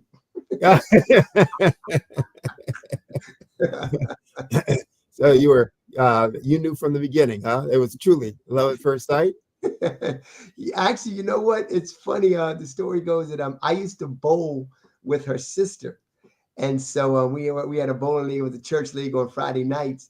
And one day her sister invited her two sisters with her. And so they both came. And I basically, my wife is the younger one. So I met the older sister, then I met her. And then afterwards, we really didn't say anything to each other. But a couple of weeks later, her sister said, yeah, hey, Lisa said hi to you. And I'm like, wow, she's been saying hi all these weeks. Here, give her my phone number. So she called me the next day, Saturday morning. And so we talked, and that was the beginning of our relationship. But I hadn't seen her in weeks. Wow. That's great. That's a heartwarming story. Heartwarming story. Yes, now, you were also a Navy enlisted, ultimately retiring as a chief petty officer. How long were you in the Navy? I did 24 years. Okay. So 24 years. So right after high school, I told my mom and dad, I said, Mom and Dad, I want to be rich. So I joined the Navy. You joined the Navy. Yeah. I want to see the world. You did. You did. Yeah. So that's what I did. My dad was career Air Force. So I grew up an Air Force brat. So he was in for 25 years. So we know the life. Yes. People always, and I just had a conversation with another Navy guy this weekend. I went to a Divine Nine Christmas party, and he was the spouse of one of the sorority sisters, but he was a Navy guy, and we were talking about the phrase "thank you for your service," and I said, people just don't understand. They use that phrase like "have a nice day," but they don't understand all of the true sacrifices that not only the individual serving makes, but that their spouses and their children make because of all the movement and the abrupt changes, to life, et cetera, et cetera. So I say, because I know that commitment, truly, thank you for your service. Thank you. I appreciate that. Thank you for acknowledging. And my wife, when I retired as the chief, we have a ceremony that we go through, and, first I go through, then I go back, and then not only do I grab my wife, but as you said, then I grab my daughter and my son, and then they all go through with me. So my wife retired as well. So she's known as a Navy wife retirement. Right. There you go. So, well, let's talk a little bit about, you've had a great and interesting career. Let's talk a little bit about kind of what got you started in the business side, coming out of the Navy, and why marketing. So talk a little bit about that transition. How did you go from Navy to being a marketing guru and a marketing expert? Yeah, after while I was in the military, and basically, your first tour, I had to go to sea and things like that. A couple cruises went around the world. Then afterwards, what my goal was to do was just become a Navy officer.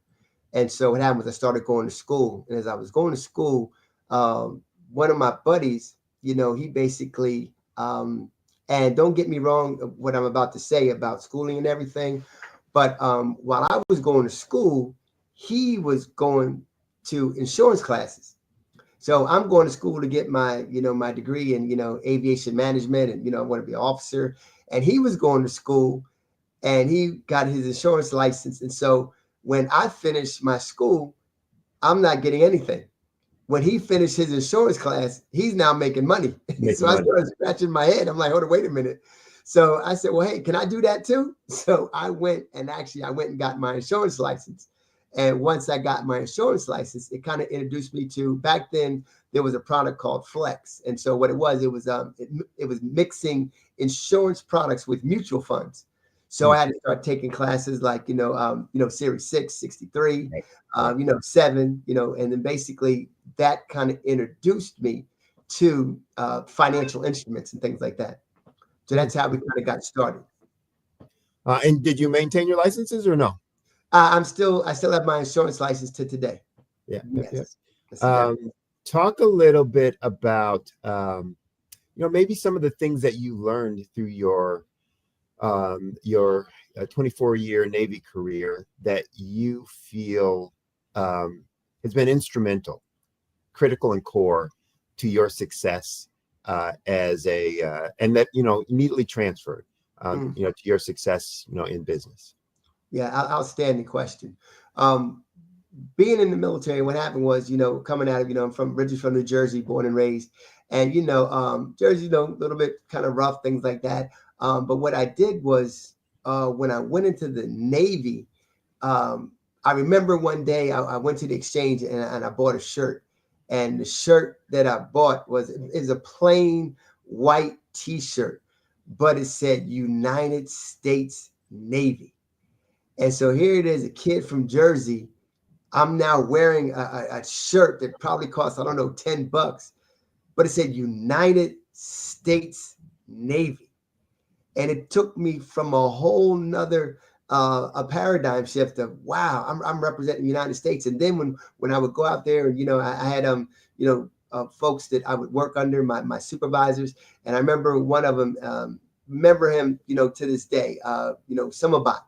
And Samabat was from the Philippines. And I got a chance to meet people that they truly enjoyed the American experience. Mm-hmm. So when you get a chance to be around folks that say, oh, I don't like this place, or I don't like America, first of all, serving and under this flag, I know there's a lot of different things going on right now with the political realm, but serving under this flag, you don't really understand what some people have gone through to get here just to be able to take advantage of this United States great opportunity. So to work with them, we would go out on an airplane, and every time we had a toolbox and we go out to that airplane. And I remember he said, Freeman, he said, I'm going to make you a great mechanic. You're going to be a good mechanic. And I'm looking at this little guy, from a foreign country telling me that I'm going to be a great mechanic. And sure enough, every time we went on the aircraft, and what he instilled in me was that it can get done no matter what. So here it is. I'm a young man, 19 years old. And I'm going out here on this, multi-million dollar, $60 million aircraft. And I'm going to the engine. And no matter what's wrong with it, we're going to fix that engine. That was a discipline that was instilled in me from that day, that not only do I attack every task that I go after like I did those back then, because when I worked on that aircraft, I used to work on it as though my family was flying on that aircraft. Growing up a military brat, that story resonates because of how we were raised as well. So when you get that as a military personnel, that focus on excellence, that focus on detail, that, commitment to doing it right, getting it right, et cetera. We were raised the same way in terms of, if you're going to sweep that floor, you make sure that floor is swept right. There's no dust anywhere, no dirt anywhere, no strands. And you're going to make that bed, tight, right, et cetera, et cetera. So it's a great transition into the business, focused on excellence and detail and getting it right and being proud of that work. So great story there. Now, when you got into business, you got into first as an insurance salesperson, or did you start a business first? Right. I was doing insurance, and as I was basically doing insurance, but I got introduced to these other instruments, mutual funds and things like that. And so what happened was, a good friend of mine, he was doing venture capital. And so when he was doing venture capital, what happened is he was like, hey, look, man, he picked me up one day and he had this drop top Mustang. We were in San Diego and the top was back and the wind was blowing through. He said, come on, man, let's go to lunch. And he took me around and we're zooming around, and I'm like, man, where'd you get this brand new Mustang from? What are you doing? And what happened is he was the top guy that week in the office. So he got to drive the least, Mustang. And so we were going around and then he took me to the office and I'm like, man, same thing, how can I get into this? And so what happened was we got in there and started working and I learned how to start raising capital. Went through a rigorous training program, but basically, and I got to tell you, it wasn't too many people that looked like us. Matter of fact, he and I were the only ones that looked like us in that office. But being there, watching that, doing that, got into what we call the bullpen, and started getting on the phone like everybody else and just getting. If you ever saw that movie Boiler Room, right? That movie Boiler Room was based off the people that trained us. Yeah, and that's how it started. Okay. Talk a little bit about you. Well, I'll go to that one later. Let's talk about the Capital Raising Academy, because that sounds like you took that experience from, kind of insurance, investing, etc., and took it to another level in terms of working with business owners. So talk a little bit about, how you got involved with that, what motivated you to it, and what, does that company or did that company actually do? Right. Well, actually, that company is still exists right now. Matter of fact, we do classes every Wednesday, 8 p.m. to 10 p.m. Eastern Standard Time, but it's called the Capital Raising Academy. But what happened is, just a kind of quick story about this. When we took our company public, there was a gentleman that was actually on San Diego, and I kind of showed him what we were doing. I took him to our office, showed him what's going on, and he got amazed at what we were doing, how we would teach people in our business how to do this. What he ended up doing is he ended up maybe about a year or so ago, and he blew up on social media. But all through social media, he kept saying, yeah, this guy, Kyle Freeman, taught me about this, Regulation 504, taught me about this, the Lehman's Agreement. So he kept telling me how to take company public. So next thing you know, I started getting phone calls all across the country. People that I know, hey man, this guy named, hey, this guy named, hey, this guy is talking about you. Hey, this guy. And so after about the 6th phone call, I'm like, hold on, wait a minute. I might need to give him a call and check up on him, see what's going on. So what happened is when I called him up and I said, hey man, everybody says you're saying my name. What's going on? What's happening? He said, oh man, look, I'm about to do this Wealth Without Risk tour, and I want you to come on board the tour, and I want you to show people and tell them how you took your company public. I'll pay for your room. I'll fly you out there. And I said, well, my partner did it with me, so he's got to come too. He said, no problem. So he started flying us around the country, coming out there, sharing with business owners how we took our company public. And what I realized, probably right after the first event, is that even though it was great to be in front of these people and I was talking with them, there was maybe, it was about 200 people in the room. There may have only been 2 to 3 business owners that really could comprehend what we were talking about. Then the next one, we went off to the next city and I looked and I started picking up a trend and saying, man, these people are not really understanding what we're talking about. So my partner and I say, look, you know what? We're going to have to take what we did. We can't share with everybody in 45 minutes. We're going to have to put something together so they can understand. So we put together a 12-week curriculum where now people can actually every week, and we do these modules, but every week it's a different aspect of, raising capital. How to do certain things. We talk about the financial instruments, like I said, Reg D 504, Reg D 506, Reg D 506B, 506C. What's the difference? Regulation A. We talk about the Jobs Act. A lot of people are not aware that, President, Obama created the Jobs Act. And when you ask people, do you know what the Jobs Act is? Think about this. Ask as many people as possible as you can, what's the Jobs Act? They don't realize that it was done in 2012. And people don't realize that, GoFundMe and Kickstarter came from the Jobs Act. So it stands for Jump Start Our Business Startups. But most people think, oh, well, that Jobs Act is because they're putting out jobs. No, it's mainly for businesses. But guess what? Our people are not taking advantage of the Jobs Act. Interesting. That's how we started the Capital Raising Academy. So Capital Raising Academy is a educational business. Correct. teaching folks how to secure capital, to secure funding, to do their business activities and efforts. Right, exactly. Most people, and think about it. And this is the thing. A lot of times, when we, especially we're talking to new students, or we interview people when they want to come into the academy, because we want to make sure you're going to make a commitment. You probably have the numbers right there. I'm sure, Dr. Kelly. He could tell you the numbers at how many Black businesses or minority-owned businesses, when they open up, are closed down in 5 years. Right.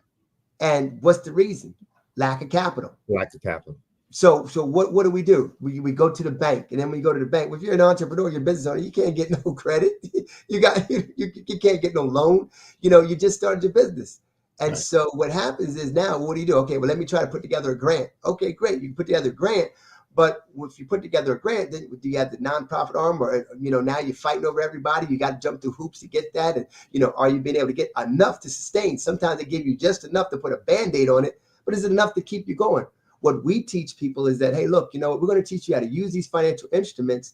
And not only are you going to use these instruments, but guess what? You're going to build yourself your own bank.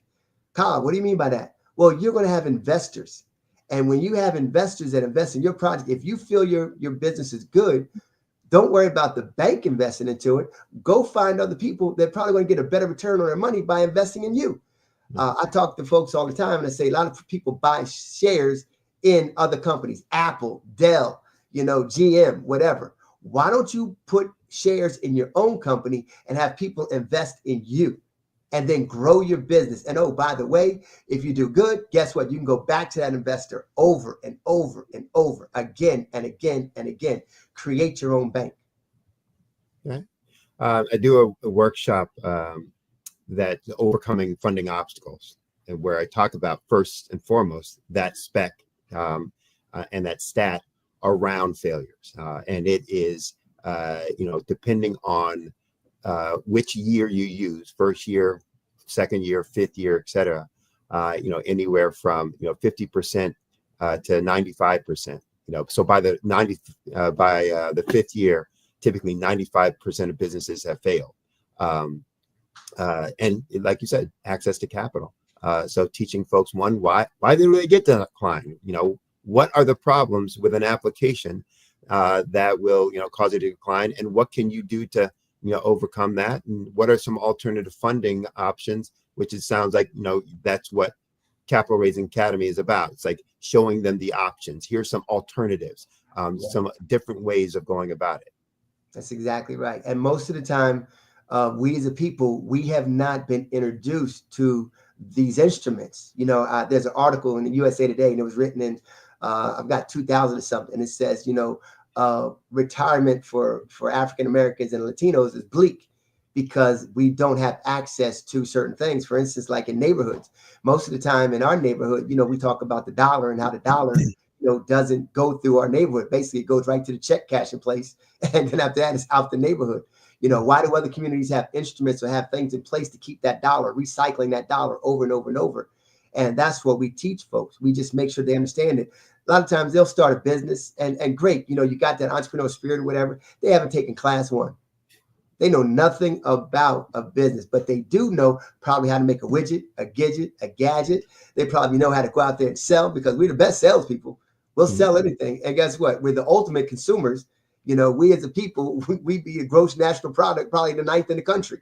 You know what I mean? So we're ultimate consumers, but never educated on the fact of, hey, how can I learn how to basically get resources? And I always share with people, your network is your net worth. Right. We should connect after, because there's a couple organizations I think that would be, good for you to interact with for one, attracting folks to your academy, but also that would be a way for you to kind of broaden that network too. So let's make sure we connect after. Yeah, I'll give you my personal number. So yes, I'll put it in the chat. Yeah. Okay.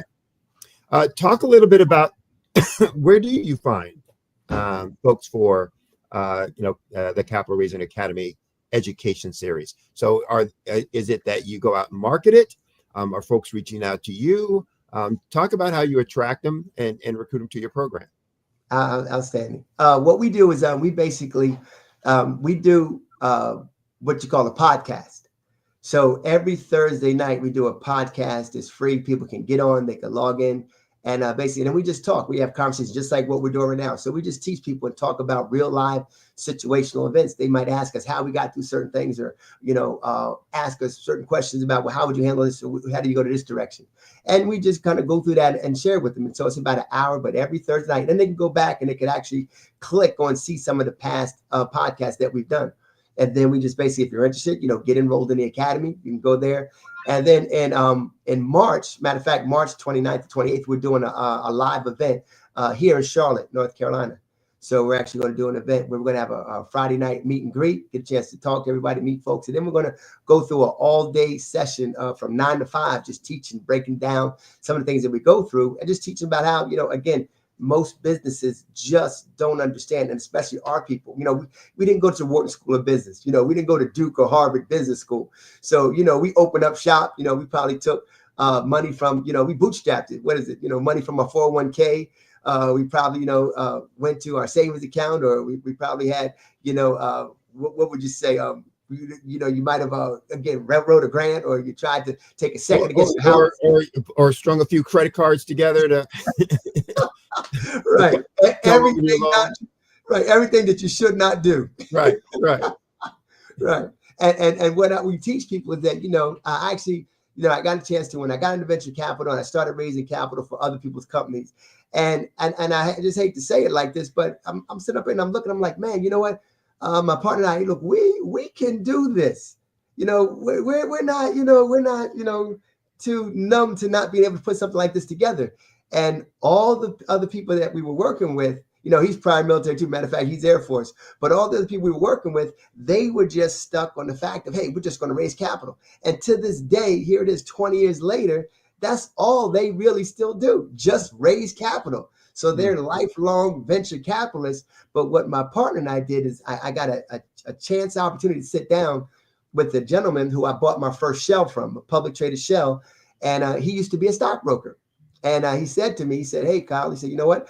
I got tired of, basically raising capital. He said, I wanted to be on the other side of that table. And when he said that to me, and again, he was another persuasion, but he said that to me, that gave me the light bulb. I need to have conversations like this.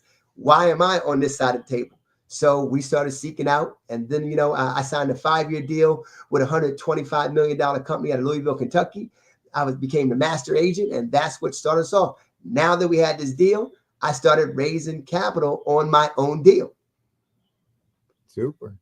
And that's a great growth story as well. That says, what I'm hearing from that is through the, just general conversation and networking, ideas, or new options, new avenues, became evident to you. And you're like, hey, I could do that.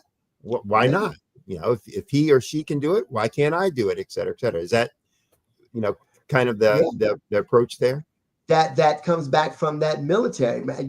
When I would go out there with some about, man, I could fix anything on that aircraft. There is nothing you told me that I couldn't do. So I just applied that same mentality to, man, I'm going to get into business. There's nothing that I can't do. I'm going to find a way through it, over it, around it, under it, whatever. But we're going to get it done. The task has to get handled. So that same mentality, there was no way in the world I could go back when I wasn't a chief. There was no way I could go back to the aircraft, from the aircraft, go back to maintenance control and say, hey, chief, I couldn't fix it. He'd be like, Freeman, get your butt back out there. Right.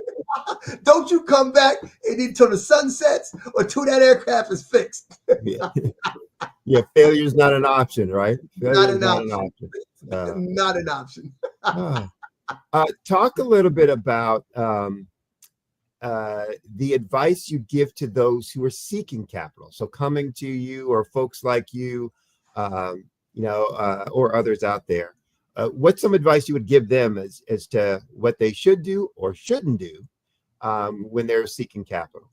Sydney, outstanding. So the first thing, when we sit down, we do what's called, we have a BIS, it's called a business information sheet. So we have them, there's questions on there that we ask, and we say, and we're looking for it. And one thing that I'm looking for is, how's your company structured? Are you an LLC? Are you a C Corp? Because if you're not a C Corp, you can't go public. Okay, so we first look at that. If you're LLC, it's okay. You can basically put something together. We can kind of get you set up to start raising capital that way. But then also want to look, what's your goal? And we always talk to them. What's your $1 billion idea? And when we say that to them, they're like, huh? They're only talking about making millions. And we're like, look, man, if your mind is not stretched, how are you going to go after something? What do you? I mean, if the goal line is only 10 yards and that's the goal, then you can hit that. So we need to stretch. You need to go 100 yards. So we make sure that, look, your business, the way you started it, is not the way it's going to finish. And they need to understand that from the get-go. And then we also have to tell them, look, what's your number?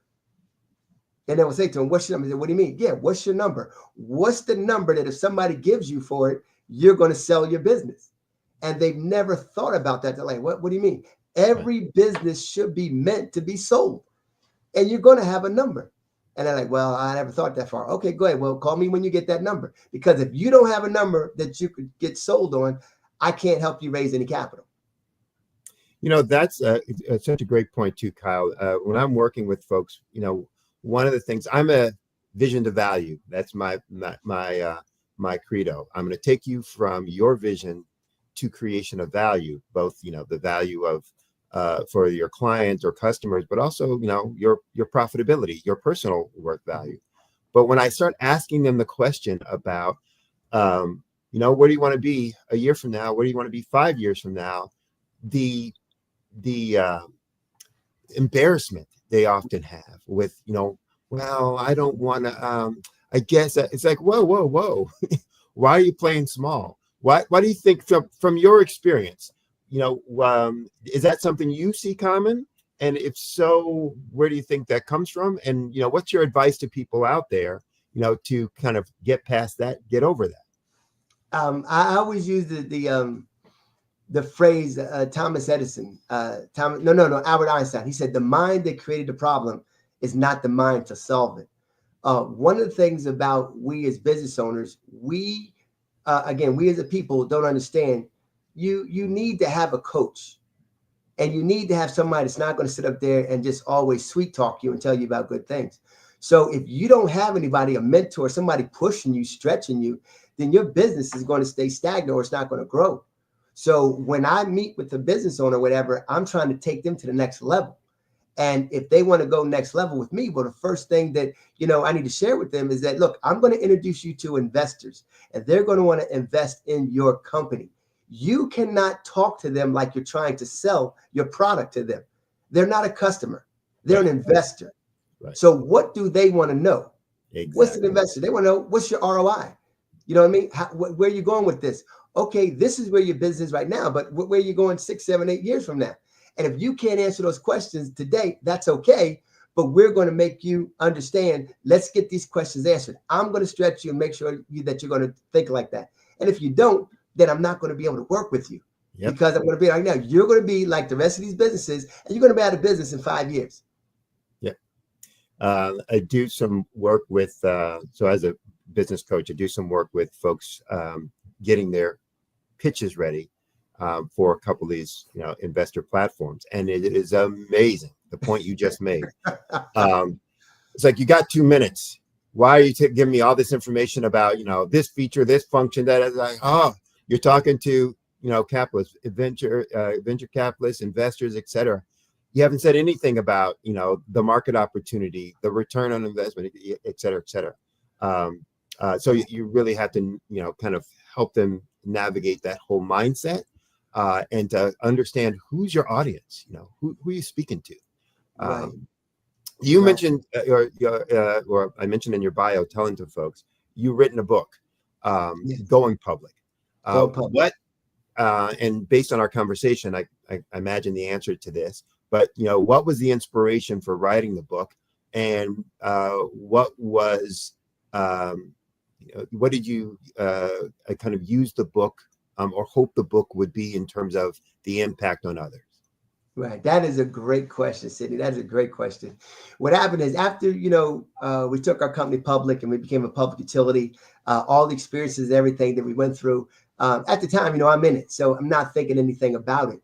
And I remember when 2008 hit, basically, economy crashed. I remember called one of our investors and he said, hey, look, my portfolio is just 50% down. So I went from basically going out and raising, capital to basically we couldn't raise any money or anything. So we ended up selling it. And that was one of the extra strategies also too, selling, the business, because that was an extra strategy to get out. And then a few years later, I remember talking to my accountant and he said, Kyle, you did it. He said, what are you talking about? What are you down about? He said, you did something nobody else has done. He said, man, you took a company public. You're a minority-owned public utility. He said, Kyle, I've never heard of a minority-owned public utility, publicly traded. What are you down about? And I was like, wow. I said, you know what? So I wrote the book, and really the book was therapy. It was just therapeutic to be able to say, look, let me step back and go back into some of the things we did. Wow, we did some incredible stuff. We signed a deal with a $125 million company. We signed a deal with Bell South. We became a public utility. We became an ISP. We became a voice over IP provider. We started doing all these things. And here it is, I'm like, I signed a deal with MoneyGram. So we're like, wow, man, we did some major things. And yet, here it is. I was upset because of where I was. So then I started realizing, hey, look, stop thinking about the situation we are right now. Get up, go to work, and then start speaking about what you did. And now from there, here it is. I wrote the book in 2014, and now here it is. Last year, we created the Capital Raising Academy. So it was meant that I wanted to be able to consult businesses, but I never knew the Capital Raising Academy was going to come out of this. But because of social media, back then when we went public, there was no LinkedIn, there was no Twitter or X, there was no Facebook, there was no IG, there was none of that. It was the financial arena is a tight knit group of people, a community, and now it's global. So I'm telling you, business owners out there, again, how you start is not how you finish. So whatever you're going through right now, I'm telling you now, it couldn't have been as bad as what I had experienced, what I went through. Can you imagine being a public traded company and then now you got to lay off all your employees because 2008 nobody expected it? Yeah. Tough environment, right? Yeah. So they're going to try and play Sandman with me here in a minute and try and yank me through, but there's too much good information here. So I'm gonna keep talking until they actually yank me off. Okay. But talk about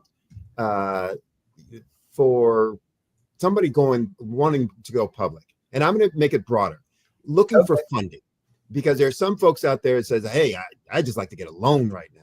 And there are other folks, who are saying, you know what, I'm kind of open to this, going public and, but for someone who's trying to prepare for going public, getting funding, what's kind of the most critical first step? I think I know the answer, what you're going to say, but for those folks who are out there, what do you feel is the most critical first step, on that journey to getting folks to give you money? Right. First step is when I meet with the business owner, I'm going to ask them, what's your sizzle? What makes you sizzle? Okay. And then if you have that, you got that sizzle. And I'm talking about that sizzle that when you're sitting in the restaurant, they walk by with that prime rib and they go by and everybody's looking. That's what's that sizzle? What's about your business makes it sizzle? And I'm going to say, do you have a pitch deck? And if you got a pitch deck, that describes everything that we're talking about. Plus, it also has either it's got the financials in there or it's got a performer. Because if I'm an investor, the first place, I don't care about all the fluff and all the other stuff. I want to know what's your sizzle. And then I want to know, okay, hey, what's the ROI? So if I can put it here, you should be showing what your numbers did. You can give me a 5-year performer. And I want to look, and I should see a 5% increase that even if you didn't do it, I want to see that happening. And if you have that, that's where we can get started. And then we'll talk to you about, okay, now tell me how much money do you need to raise? And that determines what kind of instrument we're going to start with you. Are we going to do a Regulation D 504 where you can raise up to $10 million in a year? By the way, when we did our Regulation D 504 back in 2007, you could only raise $1 million a year. Now you can raise 10 million in a year. So think about that. That's like, do you need that? Then we're going to ask, okay, do you have this together? All right, now let's start calling out targeting investors. And if you want to use our services, we can basically help you out. We have a call center over in the Philippines where we call investors 24. Actually, it's basically it's 8 hours a day, 5 days a week. And they're on there calling, pitching your deal to investors. So let's go to that, because you mentioned about the scarcity of minority-owned public companies. You've talked about the challenges for veterans. Talk about why a minority-owned or veteran-owned business should work with a company like yours to be able to move forward. Because of your experience, because of your expertise and knowledge. Go into that a little bit more. Okay. Well, that's a really good question too, Sydney. What happens is most of the time, basically, business owners, again, I hate to say it, they just don't have access. So we only associate with what we know. People are afraid of the unknown. Fear, FEAR, false evidence appearing real. And that's what we share with them. So when I sit down and talk to people, they'll say, oh, I don't want to go public. What's the first thing you hear when they say, I don't want to go public? I don't want to get my company taken over. Well, if you structure your company properly, don't go to Silicon Valley, let them set the company up, and you just give everything to them, let them do it. Yeah, they're going to put it in a way that it's in their favor. Right. But when you turn around and set your own company up like we did, I had 20%, my partner had 20%, my other partner had 20%. That's 60%. How are you going to take our company over? Right. But if you don't have access to that type of knowledge, basically set your corporation up, put it in your bylaws. Look, we can't vote each other out, and we're good to go. And that way you don't do it. But here it is. You got Jeff Bezos right now. Jeff Bezos owns 9% of Amazon. Do you think he's worried about being taken over? That 9% is worth $233 billion. Right. Who's going to take it over? My dad used to always tell us, know the rules. Yes. Know the rules, because if you know the rules, one, you know how to be successful, and when somebody's trying to cheat you so that you can, kind of implement the rules, etc. And that's what I'm hearing you say. It's like, look, you can set your rules. You can set that structure, for the success that you want. So that's 100% correct. And that's the reason why so many of us get taken over in the music business. Okay. Sorry about that. Okay. So we're going to have to kind of end it here. Let's talk about how people can reach you. So what's the best way they want to work with you to take their company public? They want to work with you to understand how they can, raise more capital or raise more funding, or get better approval odds, for the loan that they're going after, or they just want to, pick your brain about, business, etc. What's the best way for them to reach you? Yes, they can go to www.capitalraisingacademy.com. That's probably the best way, www.capitalraisingacademy.com. Or they can call me at 980-292-0536. Okay. Once again, 980-292-0536. And they can call. And if you go to the Capital Raising Academy, you can hit schedule, book on our calendar, and you get free 30-minute consultation with my partner and I. And we could just kind of ask you questions to go with that with you. Well, it has been a pleasure speaking with you. And as I said, we need to connect after, because there's a couple of groups I think it would be great for you to interact with. I think you'll find quite a few, folks for your academy, through that, and just make people more aware of some things that are available and options to you, et cetera. So let's connect outside of here. And where you at? Are you in North Carolina too? No, I am actually in Brooklyn, New York. Okay. My coaching practice is all over, but I'm housed right now in Brooklyn, New York. So okay, all right, great. I'm Jersey. I was born in Newark. Oh yeah, right across the river. Right across the river. Yeah. So, exactly. Well, looking forward to it, and as we say, genius is common, and I'll see you on the other side. Thank you, appreciate you. Thank you so much. Thank you, Black Network. The Black Business Expo's mission is to raise funds for high school seniors going to college or K through 12 entrepreneurs. So the expo is a fundraiser for students. You can go to blackbusinessexpousa.com Again, that's www.blackbusinessexpousa.com to donate to the scholarship fund, or you can use the Cash App, the account number should be scrolling across the screen. That's $BBX USA. Again, that account number is $BBX USA. Our goal is to give laptops and up to $5,000 to 10 students. So if you're a student, you can register online at that same website, blackbusinessexpousa.com. Remember, every dollar counts. So please donate to the scholarship fund. Also,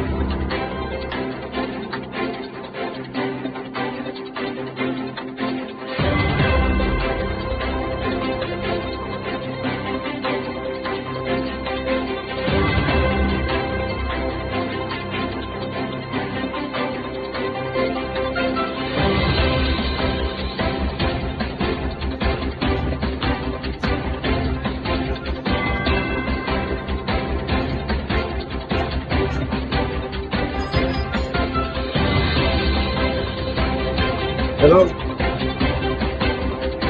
Yeah.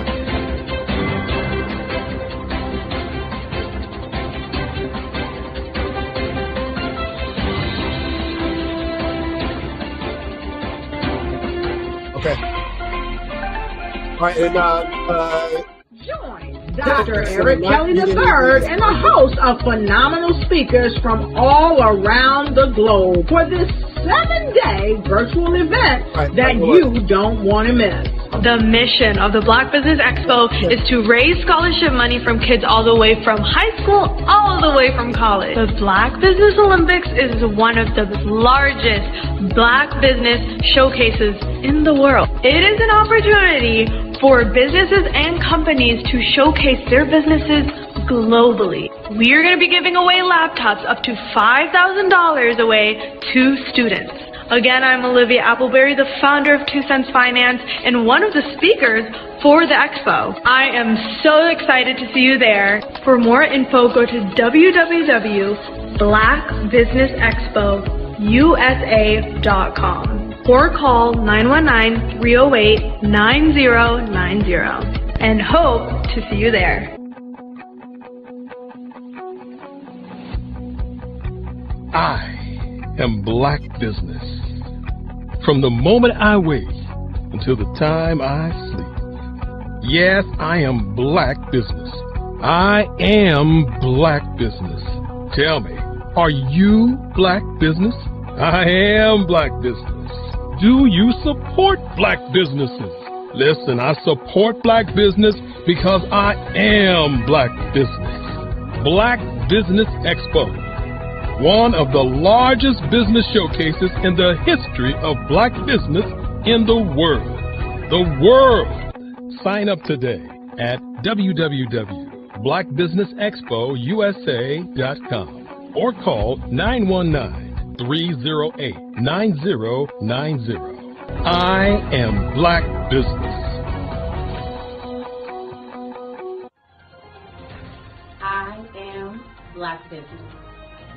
From the moment I wake until the time I sleep, I am Black Business.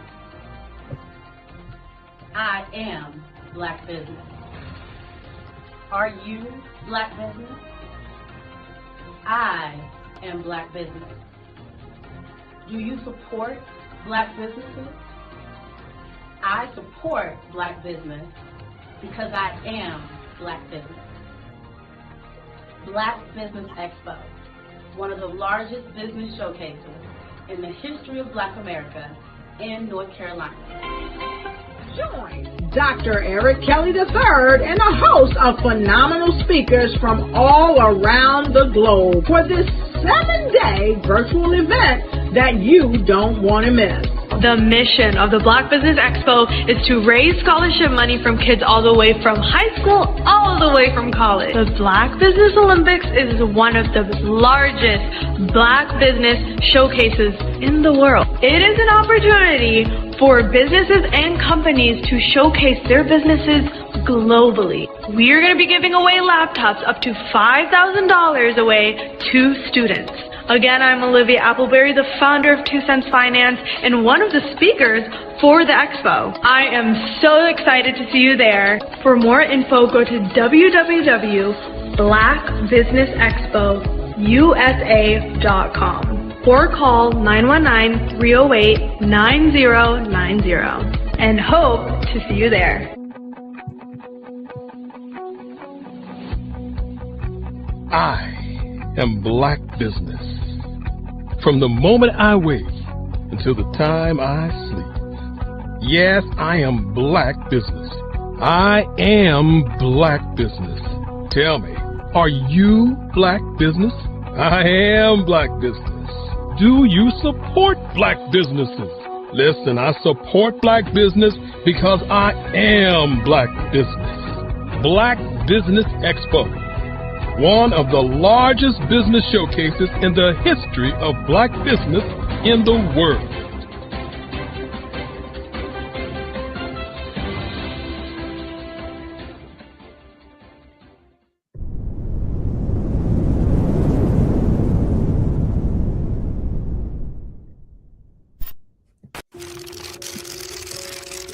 Bravery is not the absence of fear, but the ability to overcome it. We stand for those who defy suppression, who speak out, and those who walk the road less traveled. Everyone deserves to be seen and their voices to be heard. We're sparking a movement, growing a community of creators united by the desire for freedom, choice, equity, and ownership. At Fanbase, it's all for one and one for all.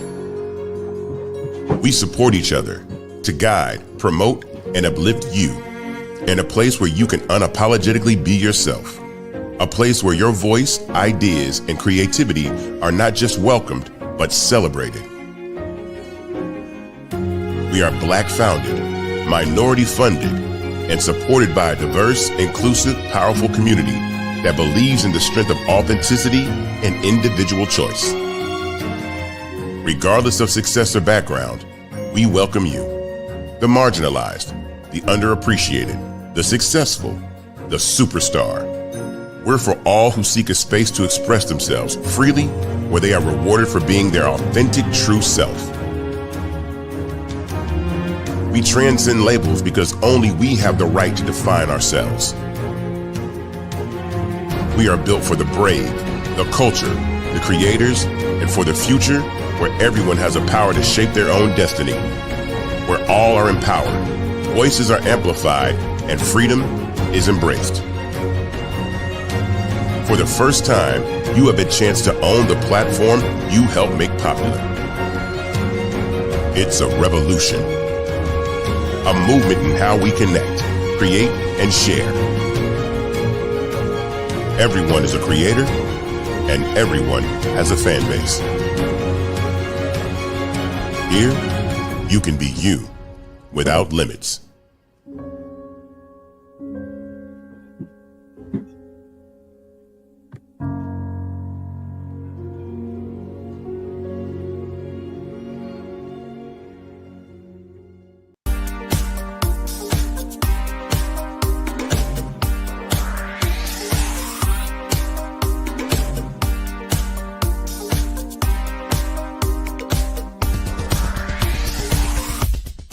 I grew up in Flint, Michigan during the 60s, and as a child, I can remember the civil rights movement.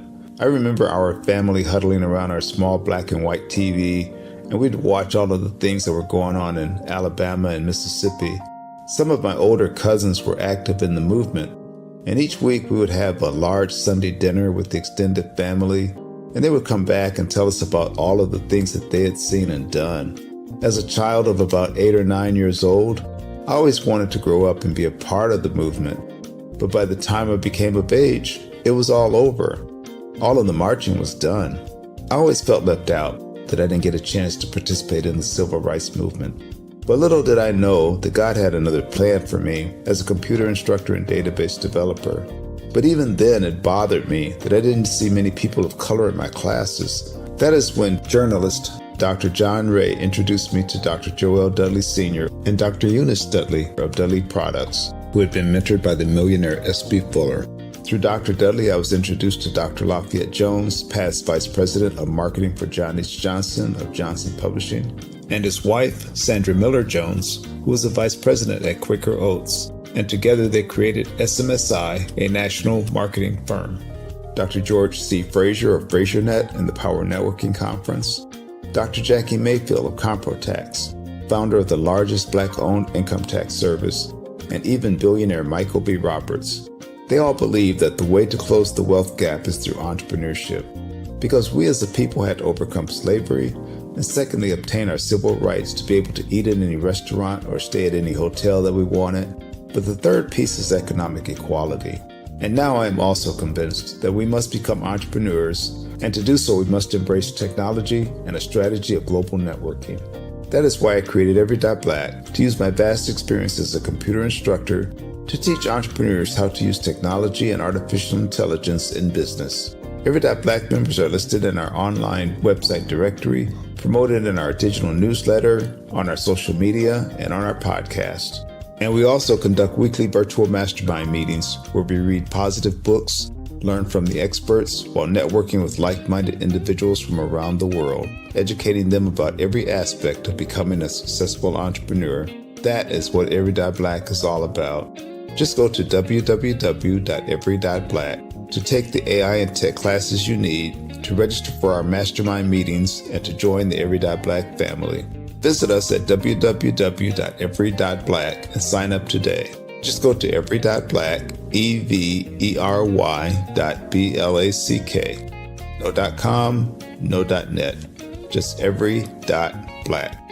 .black is the new .com. Good day, business owners, entrepreneurs, thought leaders, and corporations. Welcome to the Black Business Network. My name is Sydney Wormsby, and I am your business moderator for this session on the Black Business Network. The Black Business Network is a 24-hour business network showcasing Black businesses, business owners, entrepreneurs, and thought leaders worldwide. We have speakers from North Carolina, from London, Singapore, Africa, Japan, and cities all over the United States. The Black Business Network is a global community sharing its business knowledge to empower, to inspire, and to educate businesses about business. Our next speaker for this session is Dr. Xanthia Reddish. Dr. Z, as she's more commonly known as, or the basketball mom doctor. She's a radiologist dedicated to helping others prepare to adapt to their life transitions and crush their next season. As an entrepreneur, an educator, former school principal, she leads Empowered Educational Consulting, bringing extensive experience coaching athletes and their families in the navigating sports and academic environment, achieving their goals and earning scholarships. Dr. Z specializes in supporting women through the life transitions like empty nesting, providing transformative coaching and guidance. Additionally, she offers principal and instructional coaching for schools, along with professional development and classroom management. She's a jack of all trades. She's a specialist in many areas and aspects. So please help me welcome Dr. Z to the Black Business Network. Hello. Hello. Well, hello. How are you? I am well. How are you? I am doing really, really well. It's been a while since we've spoken. All is well. You back from your trip to, I think it was Puerto Rico the last time we were speaking? Yes, I have. I can't even tell you how many different states I've been in since Puerto Rico. That was just a couple of weeks ago. And I have been, just this week alone, I think I've been in, let's see, I've been in Philadelphia, I've been in Indiana, I've been in Chicago. Now I'm back in Atlanta, headed to Ghana at the end of the week. So that's right. I forgot about that. Yep. You told me about that. Yeah. Yes. So busy. And so will you be in Atlanta through the holidays or in Ghana for the new year? So I am going to be in Atlanta for, I'll be home for the holidays. My younger son is home from college for just about 24 hours. I mean, really, he leaves actually on Christmas Day. So we're looking forward to having a really good dinner tonight and a nice breakfast tomorrow before we send my blessing back to school. All right. Yeah. Well, let's jump into things. We're going to be doing a fireside chat. And as I was reading off your bio and telling folks there that, you are involved in a lot of different avenues and areas. But do you feel that there's a common theme or common thread amongst all the things that you do, whether it's working with women in their transitions, life transitions, working with families, in navigating the sports environment for their children, or the educational consulting that you do? Do you feel that there's some common thread that connects all those things? Absolutely. And you said it a few times there. I would say the common thread is transition. It's all about moving and changing. And so, what I'm helping each of those different individuals do throughout their journey is transition, go through some type of change. And it's all about being prepared for that. So that's why I've been coined the radiologist, helping others get ready for whatever their next chapter is. So yes, I do work with a variety of different people on a variety of different goals, but they all tend to center at transitioning into something that's new. Okay, good. So talk about how you got involved in this. And your company is Empowered. Excuse me. And for those who can't hear it when I say it, it's Empowered, and it's an EDD. So Yes. Talk a little bit about what inspired you to create or start the company and found the company Empowered. Sure. Yes, sure. So my company does have a unique spelling. It's spelled with an I and two D's, and that is actually a little bit of a play on words. The REDD at the end of the word kind of goes with my last name. I do a lot of things with my RIN. So that's double D, but I'm also a doctorate of education. I have an EDD. So everything is about education. And helping folks transition in whatever area they're focusing on. But I started Empowered actually back in 2018. I was a school principal at that time. Loved being an educator, always been an educator since I was born, but at least since I was a little girl. Although I was only teaching invisible people, I was teaching. Okay. So I have always been an educator. And so I started Empowered, which is a consulting firm. The first time I started, at the very beginning, I started to work with families of athletes, because I found a lot of families of the athletes were coming to ask me questions as we were going along the journey. And interestingly, I was on the same journey as well. It wasn't like I had already been there and finished it. I was going through it, but because I was, again, focusing on getting my education and making sure that I had all the information that I needed as my own children were going through their athletic endeavors in high school at that time, I wanted to be able to support not just them, but other families by answering questions and things like that. So that's what I started. I started it back then to kind of work with families, to talk with them about the transitions from high school into college actually into the professional ranks, because my older son is a professional basketball player, and answering those questions and helping them to kind of work their way through what can oftentimes be a pretty gray space, really not quite sure of what to do and how to go about it. So just kind of supporting them along the journey. Okay. All right. Talk a little bit about you mentioned before that your focus is on transitions, through all these environments and life activities, et cetera. Talk about the common challenges that you see in your work with folks, regardless of the environment, whether it's educational institutions, whether it's families, whether it's an individual, trying to transition. what are some of the common challenges that you experience and help them navigate? That's a great question. The common challenge, I would say the most common, is that people don't know what they don't know.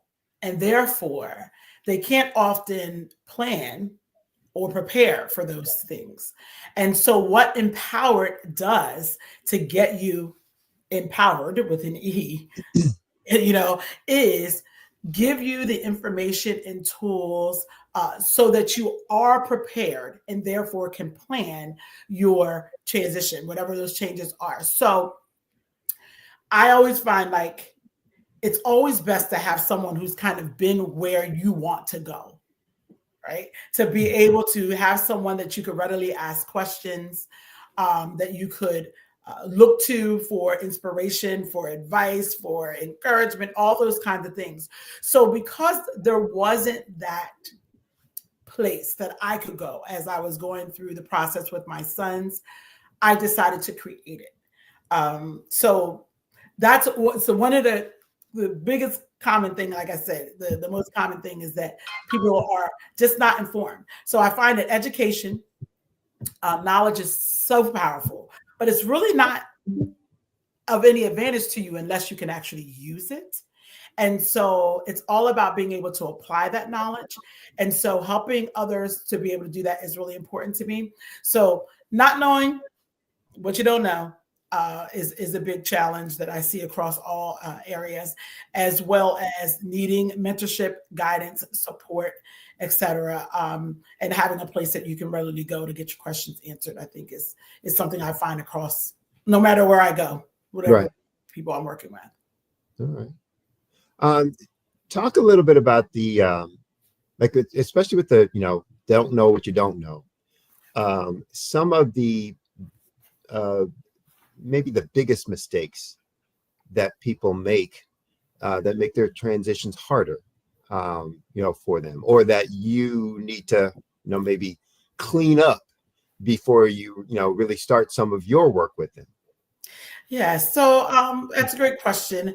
I'll speak from this perspective of the parents of athletes, because that's where I work with a lot of parents of athletes. That's one of the areas I focus on most. And I find that a lot of times people don't really know who to listen to. Everyone's going to have an opinion. Let's put it like that. Okay. Everyone's got something to say. And I found that as both of my children were coming through, everyone had advice. They could tell me, oh, you should do this and you should do that, or you shouldn't let your son do this. But they hadn't really been where I was going. Mm-hmm. And they were basing their opinions on, I don't know, whatever biases or whatever media, whatever they thought on their own. So I think it's really important for you to connect with someone who's been where you're trying to go, to get the information. But so that's one mistake they make. They don't listen to the right people. They don't educate themselves. So I think that was one of the things that put me in the most advantageous position. Once I realized that my son was on the trajectory to be a professional athlete, I wanted to know everything I possibly could, because it was a space that I had never traveled before. And so I learned about it. I went back to school, got a certification in athlete management so I could be a sports agent. Didn't really want to be his agent per se. I wanted to be his mom. And I still am that, but I definitely wanted to know what that would entail. So that's one of the mistakes. Oftentimes also parents don't, they're so busy pushing an agenda, whatever that is. For some, they might be hoping that their children can aspire to lengths that they didn't quite make it to, or sometimes they push too hard. They don't know where to back off. Sometimes they focus a little bit too much on sport instead of on relationship with their child, all those kinds of things. So those are some of the big mistakes. And sometimes they focus so much on their sport, they don't even give them an opportunity to rest. They don't realize how important rest is to longevity in the game. So there's all kinds of things. I could go on and on and on. There's so many commonalities. Talk a little bit about the process that you use, in working with individuals or families, through the transition and through your transition coaching. Absolutely. So again, I believe that knowledge is so powerful when you're able to apply it, and that comes with some experience. So what I do is I tap into my experience as a retired school principal. I know my way around school systems, and I recognize that it's a system. A lot of times parents don't realize they're actually going through a system. So one thing I actually help them to do is navigate that, the actual education system. That's going to come even before the sport, even if the child's really, really talented. So I will help the family really understand where they are academically, and then make sure that we develop a plan, because again, everything's about preparation, being ready for what's next. So we'll develop a plan for their next steps. So we plan the transitions. We start in 5th grade, we go all the way up through the pros. We focus on those transition years. And so I'm looking at where they are academically. I then also, a lot of the work that I do, especially when it comes to athletes, is really about managing expectations, parent expectations, as well as the players' expectations. So I help them with that. So it's a lot of collecting information and finding out where they are, and kind of giving them some guidance and understanding of the landscape that they're about to embark upon. And then I create a plan, very similar to what educators would know as an IEP, an individualized education plan. We call it an individualized athlete plan, an IAP, which literally gives step-by-step directions of what they actually need to do. We create some goals, and then I support them along the transition, not with just implementing the goals, but also connecting them to individuals in their area. We do service athletes all across the country. So we connect them to resources in their area that are going to help them to also be able to meet those goals. So that's how we're able to help families of athletes literally adapt. They have to make certain changes, but then once they make those changes, they're able to crush their goals. And that's our goal for everyone.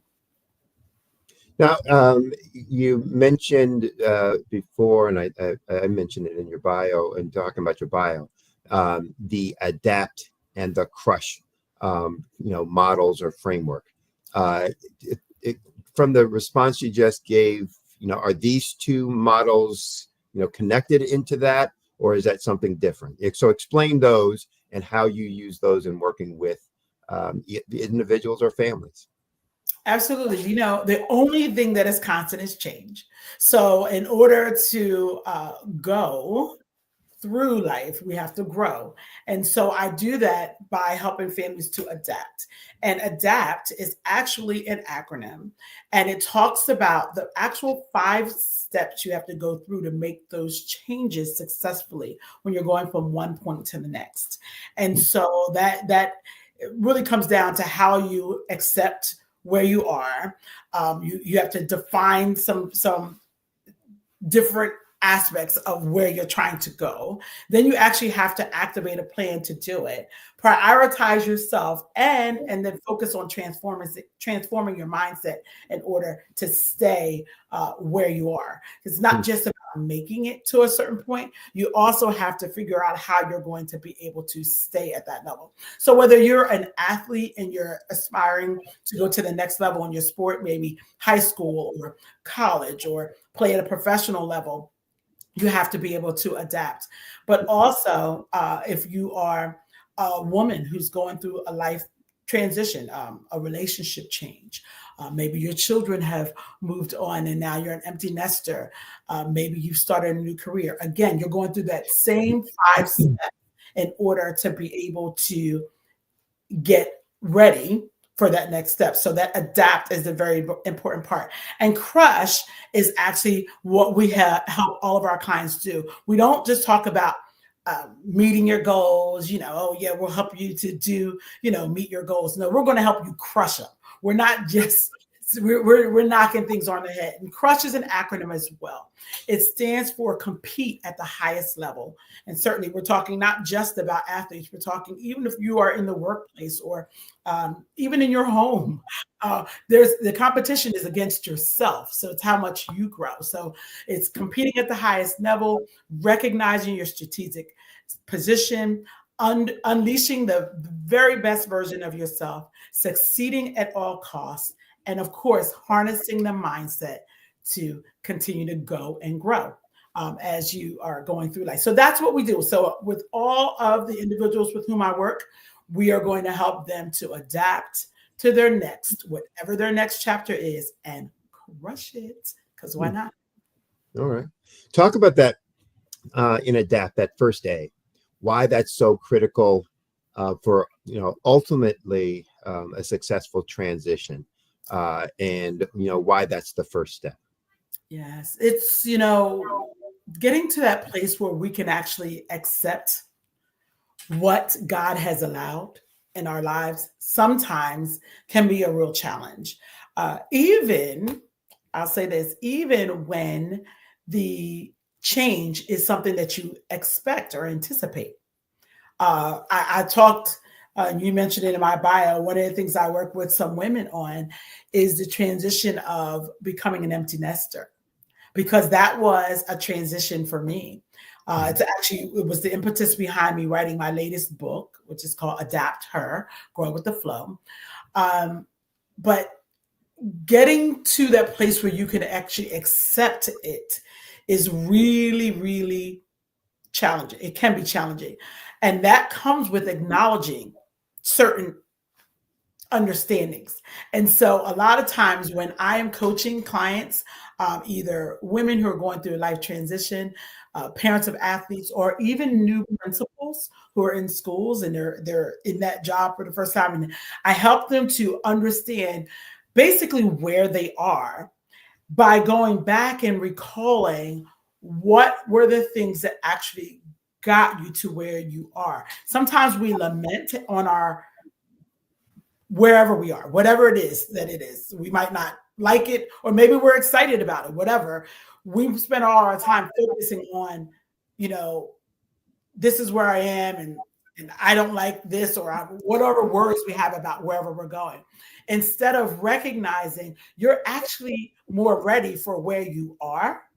Everything that has happened because it was preparing you for the place that you are. So let's talk about what were those things. And so we can be strategic about how we could use them to now benefit us as we move forward. So accepting and acknowledging where you are is so critical. It's the very first step. We can't make any change until we actually acknowledge, this is where I am. I'm going to accept it. And now from there, we can plan on what we can do to make the best of our situation.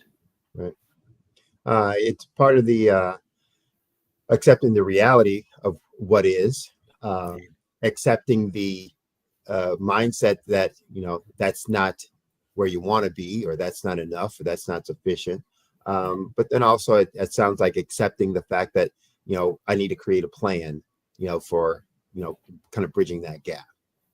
Absolutely. I'm looking at this quote that I have right here in my office. I'm looking up because I actually have it up this wall that's right in front of me. You can't see it. It says, accept what is, let go of what was, and have the faith for what it will be.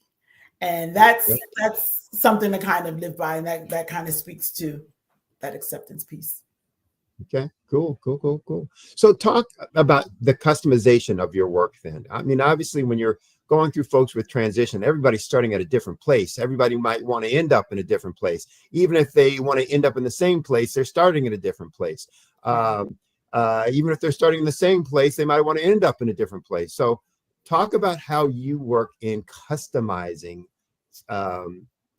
your work in helping folks, through their transitions. I love how you said that. Everyone's journey is different. And it's so interesting because while the journey is different, we may take a similar path. It may not be the same exact, we might not end up at the same place, and we may not even end up where we started out to go. And so having someone to be able to support you along that journey is so critical. So the way I customize things is I actually go through an actual process. It's actually, I have it all kind of labeled out for each individual, and we go through an actual course for each of my groups that I work with. the parents of the athletes, the new and novice principals, as well as women who are going through life transitions. I have written a book that goes along with that course. And as we're going through it, you know, as a coach yourself, you know that it's a lot of times the work that we do, I'm not giving a lot of information per se, more pulling out of my clients what is already in there and helping them package it in such a way that they can utilize it much more strategically. So I utilize my books. I think I have a couple of them behind me. Alley Oop is the one I use for my parents of athletes. And it goes through a variety of different decisions that we have to make as parents, as we're taking our children through the athletic and academic processes. So again, as I'm going through that with them, it's going to tailor and be adapted to that particular client, which again, their goals may be different, their path may be different, but a lot of the things that we feel as parents are often the same. We, you know, if our child is hurt, we're going to hurt. Right. If our child is stressed, we're trying to get them in college, we're trying to pay bills, we're going to feel all those things. So taking them along that journey. The Heart Leader is the book, the coaching program that I actually use with the new novice school principals. In that book, I focus on helping administrators leverage relationships to learn how to improve the climate of their workplaces and leverage those relationships to get your work done. Because when you support your the people who support you, they in turn want to help you meet your goals as well. So that's what the Heart Leader takes families through, takes leaders through. And then finally, my newest book that's actually available for pre-order now, Adapt to or Go with the Flow. That's the one that actually I go through with the women who are going through life transitions, again, going through all 5 of those steps, but it's different for everyone because like you said, where you start may be different. And certainly where you end up is going to look different, even if you take a similar path or the same path as someone else. So it's very customized, very, individualized. That's one of the reasons why I use just like when we're as an educator, we use specially designed instruction to work with families who need, with students who need an individualized education plan. In other words, what we do for everyone may not be what this particular child needs in order for them to be successful. So with each of the constituents with whom I work, I find what tools, strategies, information, etc. they need to travel the course that is set before them. Yeah. Talk about a success story that you think best represents the kind of work that you do, the kinds of results and success that you like to help folks achieve and accomplish, and maybe that also reflects the most common traits about the transition journey. I promise you that my purpose on earth is to help others along their journey. And so the work that I do isn't really work to me. It's more ministry and it's more passion than anything else. So I would say my greatest success stories in each of those groups, when I'm talking with athletes, I chose to focus on athletes in particular at first because that was and is the area that caused me the most anguish, that caused me the most stress and tears and prayers. And I wanted to be able to eliminate that for someone else because I know how it feels for me as a mother of athletes. It is not for the weak. It is not an easy journey. And my children, again, are at the highest levels in their sport. So how do you support one along that? And how do you get the support you need? So my success stories, obviously I have them in having done all the things that I'm doing with other families. I have been, again, a parent of 2 successful athletes. I have been a successful principal for almost 20 years. And I have navigated these waters of these strange transitions we go through in life. So those were success stories. But in terms of talking about clients, I've had so many clients. I'm working with a client right now who just warms my heart to work with this individual, a young high school athlete who had his eyes set in one direction in terms of a sport and decided to pivot because his heart was more into basketball than another sport. And so now I am supporting him along the journey of getting scholarships, because that is what we don't just help you meet your goals, we're helping you crush them. So he's already gotten offers already from some schools in that particular sport, and he just started doing the sport. So this is really a big deal. So that's a success story. And one of my families, one of my clients that I work with in the women who are going through life transitions, working with this, she literally expressed to me, I have changed her life. She is now so happily married, and she came to me ready to leave her marriage of 20 years to do something else because she was unhappy. But going through the adapt process helped her to realize some things.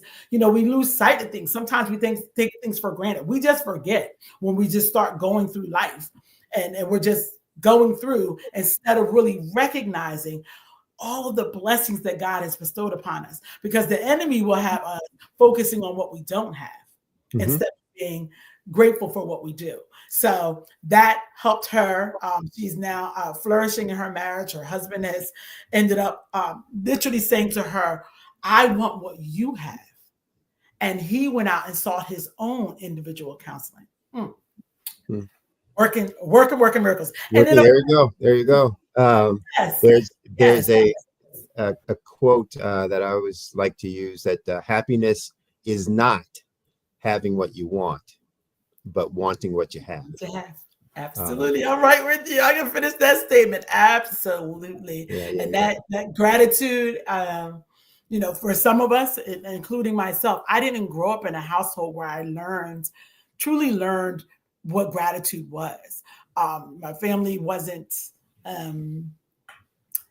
they weren't as affectionate and they weren't as communicative as I believe is really valuable in families today. I think it's really, really important. It's one of the things that, as much as I love technology, it's one of the areas that I'm like, oh, don't take away our opportunities to really confer and talk, not just text.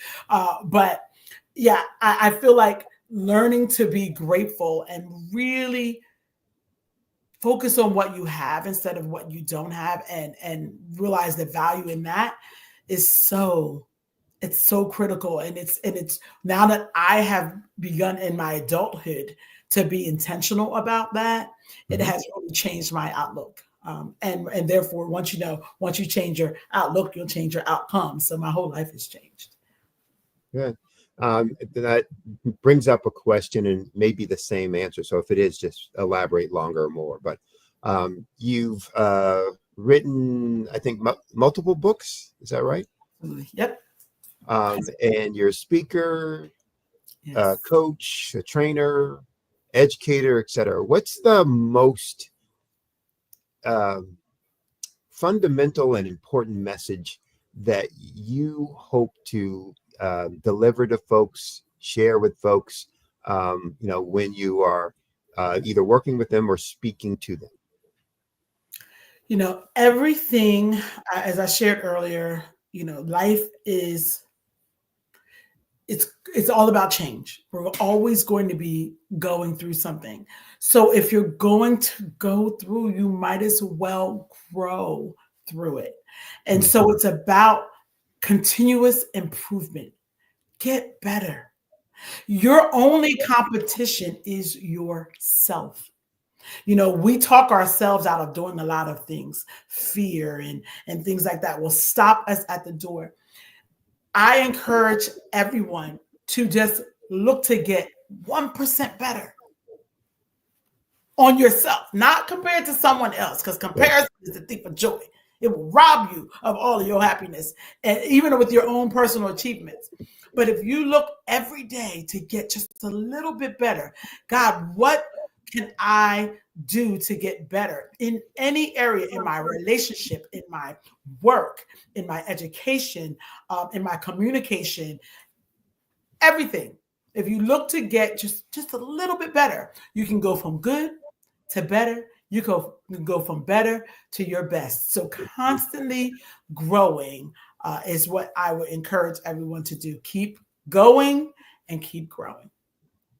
So with your work with athletes, have you identified or seen, experienced any differences in the transition process and the transformation process with male versus female athletes? And if so, how do you address that, and how do you work with them on that?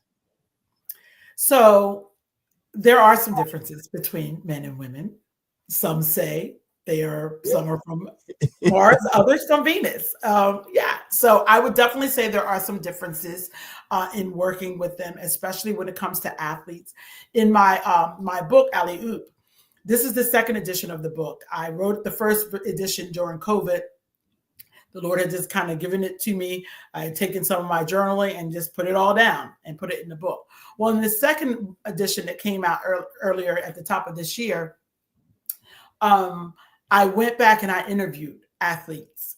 And in particular, I interviewed even my own children, which I hadn't done in my first book. I was going by what I thought I knew. And let me tell you something, adults, parents, teachers, whatever you are. Folks will tell you think you know sometimes, but it's really important to have those conversations and ask the questions.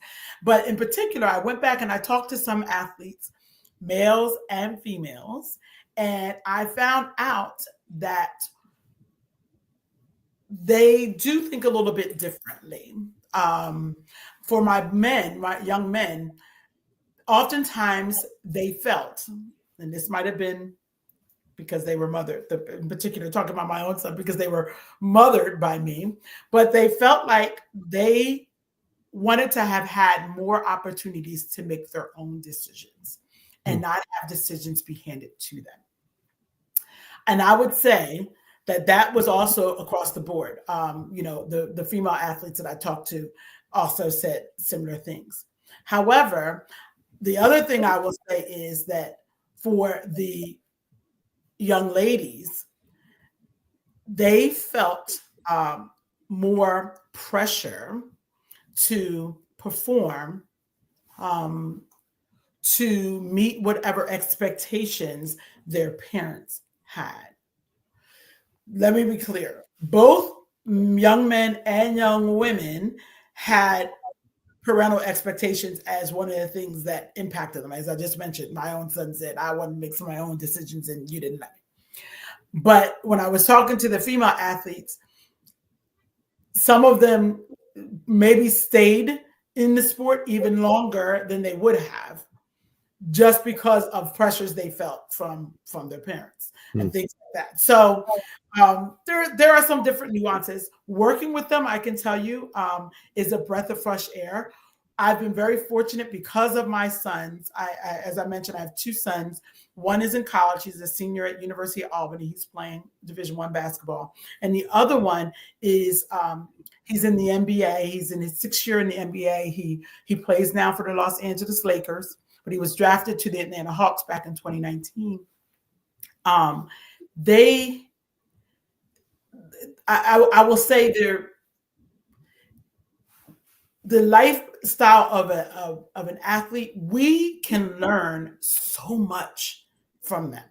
Their tenacity, their grit, their resilience. I'm always so impressed when I look at my son and other athletes of how they're able to push themselves when their body doesn't feel like it, when their mind may not be where it needs to be, when the media is saying all kinds of things that can get you distracted, how they stay the course. We have so much we can learn from them. But I definitely think there are differences in interacting with them, but ultimately they're competitors, males and females, competitors. They go at it, and we can learn as adults, especially in this generation.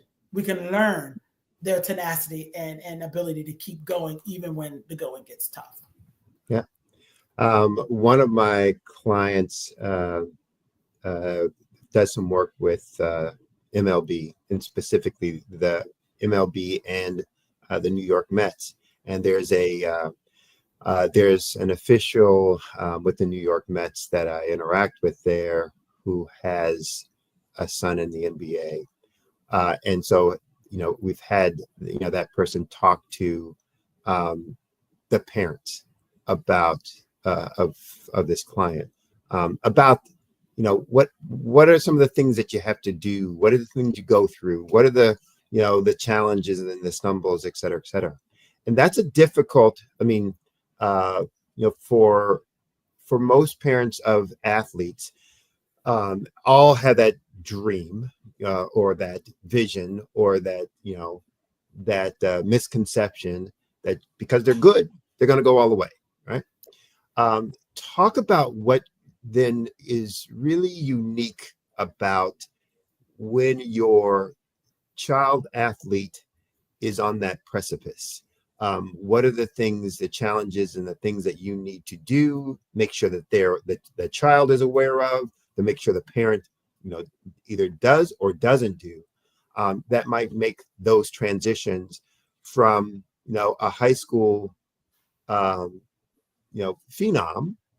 to a college or even professional everyday average, going from that superstar status at the high school level to that, hey, you're just one of, at that next level. What are some of the things that the folks have to, work through, work with, understand, to help their child, navigate that well so that they can ultimately be successful at that next level? That's such a great question. And it is the reason, the impetus behind the work that I do at Empowered. I told you earlier, most of this work is about managing parent expectations. The kids oftentimes, because they're in doing the work, they know what's required of them. The parents sometimes are the ones, again, pushing what they hope. And we all want what is best for our children. We want them to be the best version of themselves. But there's a way to go about it. So it's all in the book. You asked some great questions. It is in Alley Oop. Because in this book, I talk about the 22 points of raising a champion. And there are questions that you have to actually go through. Decisions that we have to make. But the big thing is, and you talked about it, new levels, new devils. Let me be clear. Every level you go to, you don't make it to be a scholarship athlete at the Division 1, 2, or 3 level unless you were that guy in high school. And you don't make it to the NBA or the MLB or whatever unless you were the guy on the previous team in college, or if you were that guy in high school and in baseball, you can go right out of high school. The point is, there are some things that you will have to have done. And let me be clear. We talk about it in this book. We talk about decisions around social media and how that can impact you, because it does impact. They look back at what those professional athletes have said. We talk about choosing the right program, be it the right school, the right team, the right agent, the right, all those kinds of things. We talk about the kinds of decisions that families have to make, because I don't know necessarily that unless you parent an elite athlete, I don't know necessarily that you may understand the level of sacrifice that is required for everyone. Right. Not just that athlete, but the siblings are impacted. I always talk about how with my children, the one who sacrificed the most was my younger son. Right. Because Cameron was it was 3 years older than him. So we're doing all this stuff to make sure we're here. I literally traveled the world, to God be the glory. It was amazing. But that meant, I remember he missed like, I think he missed his 8th grade graduation because we went to Italy and he had to choose. There were 2 once in a lifetime. What do I do? Do I go to, and he chose to do the Italy. I mean, that's a sacrifice. Right. Things like that. The money, all those kinds of things. We talk about like how basketball is a game of runs, and there's a lot of things that go ups and downs, up. How do you navigate that? How do you stay in that? There's all kinds of conversations that we have to have. So when you're going from the next level, it's about helping them, again, get ready, get prepared by having those conversations to say, hey, listen, you aren't going to be that guy. You're going to be one of the guys when you get to college or when you get to the league. And there are certain things you're going to need to do to establish yourself as that guy on that team, et cetera. And a lot of times that has to do with you adapting to the expectation in that new space and culture. Because just because you were the starting point guard here, or the starting, maybe you were a cornerback in football, they might need you as a safety or as something else when they get into another level. So you have to be prepared to adapt and be okay with that. I feel like having those conversations now will prevent like things like the transfer portal, which is overpopulated these days because kids aren't prepared for what they're going to get when they get to college. So they get there, they say, oh, I don't like this. This isn't what I thought. I'm going to put myself in the transfer portal and go to another school. And guess what? They get to the other school and they're like, I don't like this. This isn't what I thought. Exactly. So again, it's having those conversations. This is a great resource, but there are many others out there that will help you to kind of think about some of those things we haven't thought about because you didn't know what you didn't know. That's why it's important to go and talk with some folks who have been where you're trying to go. Well, and I think this, and we're gonna have to, end here. I can feel the hook around my neck, but I think that's a great lesson and transition also for business folks or for business is that the flexibility and adaptability in your skill set. I coach and train youth athletes as well, and one of the things I tell them all the time is, you may be the best shortstop here, you may be the best guard here, you may be the best, whatever on this team, but what about the next team? And what if you get to a team where you're not that best? Are you then going to say, well, I'm a shortstop, well, I'm a point guard, or are you going to find a way that says, how do I get on the field? How do I get on the court? And I can do all these other things. So I've made myself indispensable, useful, et cetera, et cetera. And it's the same within our business, environments and community. It says, I need to have a lot of tools in my toolbox. And yes, I'm going to rely on the one that I'm best, but I need to know how to adapt, so that I can be successful in any situation or scenario as opportunities or as obstacles present itself. So I think that's great. Great insight that you're having, and I'll let you promote your book one more time as I tell you to, or ask you to tell folks how can they get in touch with you if they want to use you in their transitions, whether it's a life transition or helping their child transition in sports, or if they're an educator, et cetera. What's the best way for folks to reach you, and what's the best way for them to buy your book? Well, I'm so glad you asked. So the best way to reach me is to just visit my site, which is crushyournext.com. Whatever it is, whether it's your sport, whether it's in education, or whether you're a woman who's going through life transition, I want to connect with you. And when you go to Crush Your Next, I am going to have you sign up for a free discovery call. Let's have a conversation. Let's talk about what it is that you need. Again, it's all about being ready. So I want to help you crush your next, whatever it is. So if you go to crushyournext.com, you will be able to connect with me. You'll be able to find out information about how to buy my books, all those kinds of things. If you want me to speak, if you want me to, I want to get to know you, and I want to be able to help you crush your next. So go to crushyournext.com, and I would love to connect with you. All right. Good job. Well, it's been a pleasure, as usual, talking with you. So look forward to the next conversation, and hope you enjoy your time in Ghana. Let me know how that is and what your experience was like. And as we say, genius is common. I'll see you on the other side. See ya. Thank you. All right. Wonderful. So as we all know that Black Business Expo is a fundraising activity where we are trying to raise funds for K through 12 entrepreneurs and for students going to college.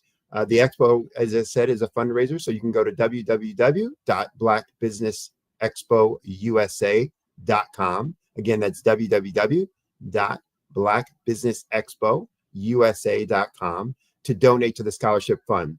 You can also use the Cash App with the account $BBX USA. Again, Cash App with the account number $BBX USA to donate. Our goal is to give laptops and up to $5,000 to 10 students. If you're a student, you can also register at that same website, www.blackbusinessexpousa.com. Every dollar counts. So I want to remind you, please donate to the scholarship fund.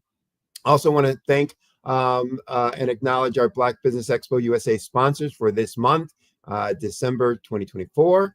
Those sponsors include NC100, Suede Soul, Carolina, Virginia Minority Supplier Development Council, Step Management, Margie McLean Foundation, Genius is Common, Our TV, Executive Women Success Institute, The Quality Coaching Company, Superwoman Business Services, Creative Force Studios, Lee Entertainment, Black Business Olympics, Artistic App Design, and Black Business Expo USA. Stay tuned for more programming, and remember, genius is common, and I'll see you on the other side.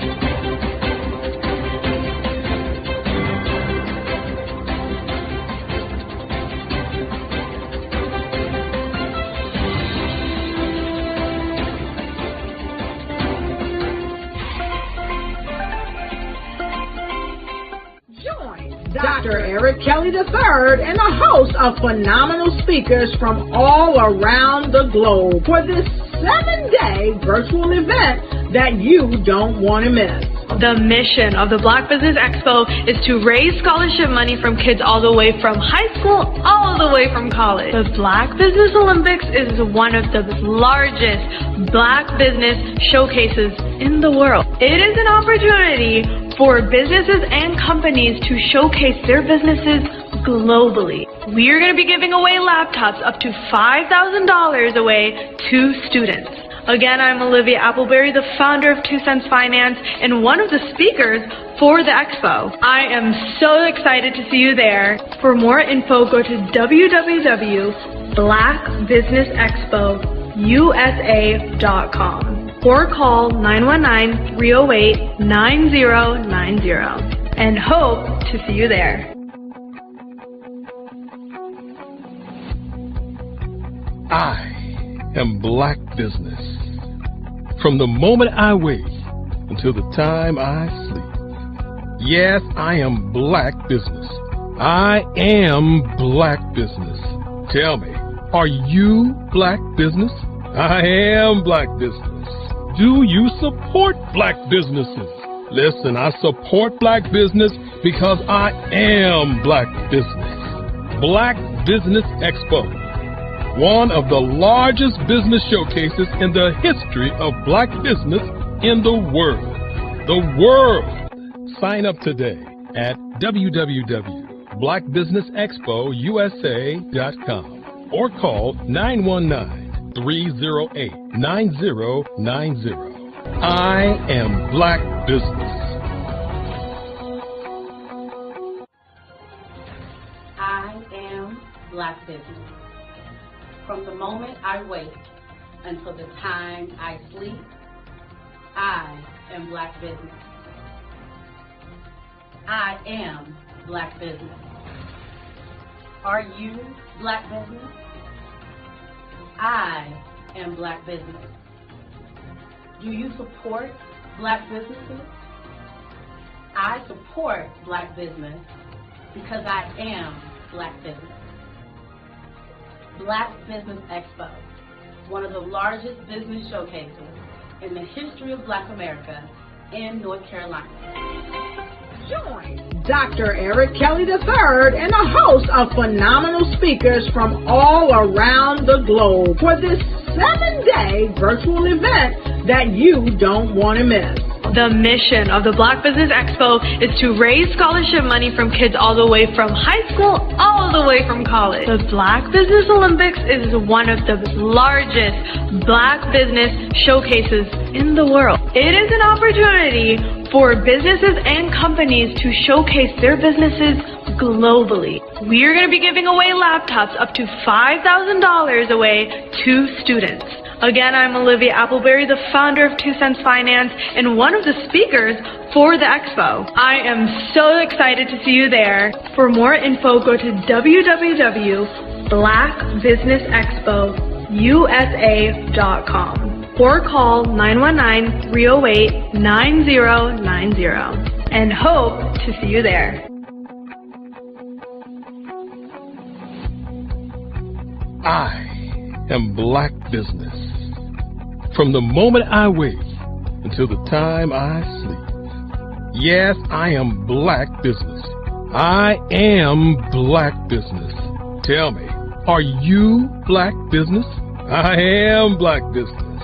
Do you support Black businesses? Listen, I support Black business because I am Black Business. Black Business Expo, one of the largest business showcases in the history of Black business in the world.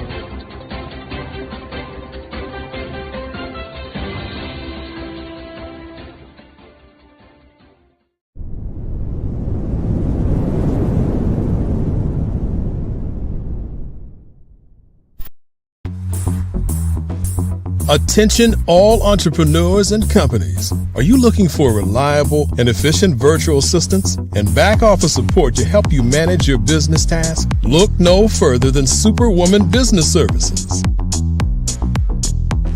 Our team of virtual assistants provides a full range of administrative support services, including operations management, social media marketing, and much more.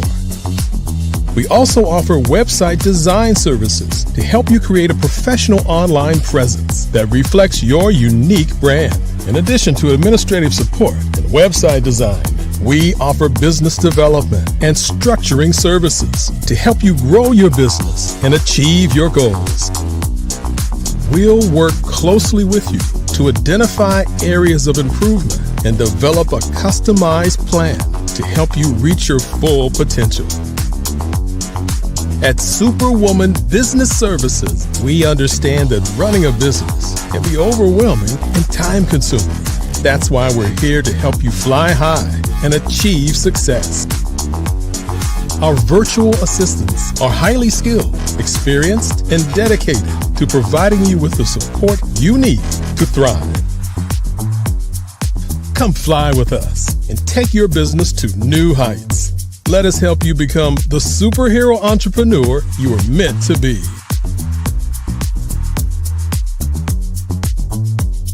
Contact Superwoman Business Services today to learn more about our back office support services. Come fly with us and take your business to new heights. Over the past few years, we've seen the growth of existing and new initiatives focused on financial inclusion, building global networks, and reducing the wealth gap in response to the idea there's not enough seats at the table. Whether their outcomes are to increase the representation of Black executives on corporate boards, ensure an inclusive global economy, or to create new U.S. African commercial pathways, the strategies are often carried out by separate programs. The question is, should they be? With the continent of Africa being home to more than half of the world's fastest growing economies, the youngest workforce, over 400 companies generating more than $1 billion annually, 700 generating more than $500 million annually that are poised for growth, and being the destination of nearly $5 billion in venture capital in 2021. Diversifying U.S. and Africa commercial engagement by building bridges between African businesses and their U.S. diaspora should begin being seen as mutually beneficial. From helping to reduce Africa's enormous capital gap to catalyzing two-way trade opportunities, the COVID-19 global pandemic hopefully has taught us that global challenges and opportunities are more interconnected than we thought. During the pandemic, African companies like Unicorn Flutterwave, insurance provider Reliance Health, ride-hailing app Yasir, and 54Gene, the continent's first bank of DNA on people of African descent, proved that when African companies have access to networks, capital, and information, they grow big, grow fast, and create solutions that are valuable to the world. This is why BDirect was created. We are the first U.S.-based but African-centric board preparedness and board search company designed to connect U.S. Black talent and corporations to African businesses. Unique and fundamental to BDirect's success is our process of helping board candidates adapt their experience and networks to an African context before they're connected to high-growth companies that are looking to locally and globally scale. From our focus groups with African business execs and government leaders, we don't ignore the sentiment that business is easy, but people are hard.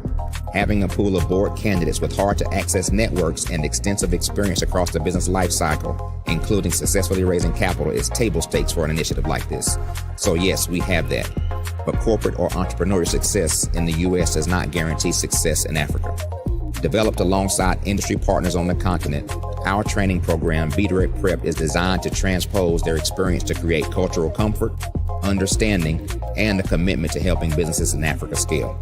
Our board governance sessions are African continental and country specific, integrated with cultural awareness and dexterity training, masterclasses led by African industry execs, and mentoring and coaching from African continental-based facilitators.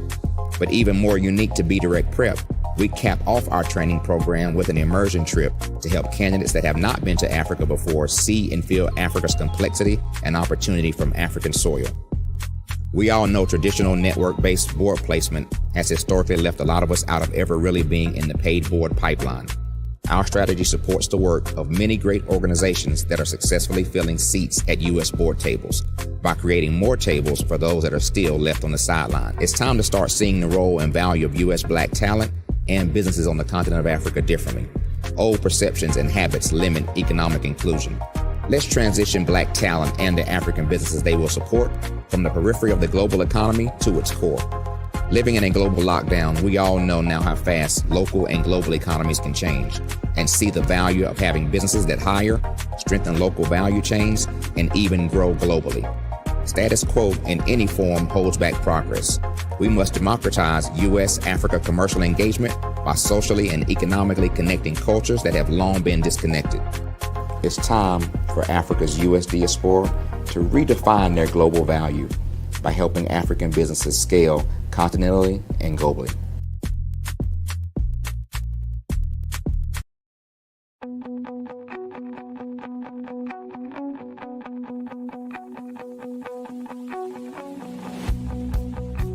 I am Black Business.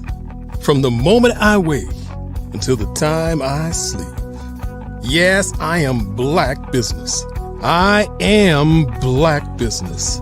Tell me, are you Black Business? I am Black Business. Do you support Black businesses? Listen, I support Black business because I am Black Business.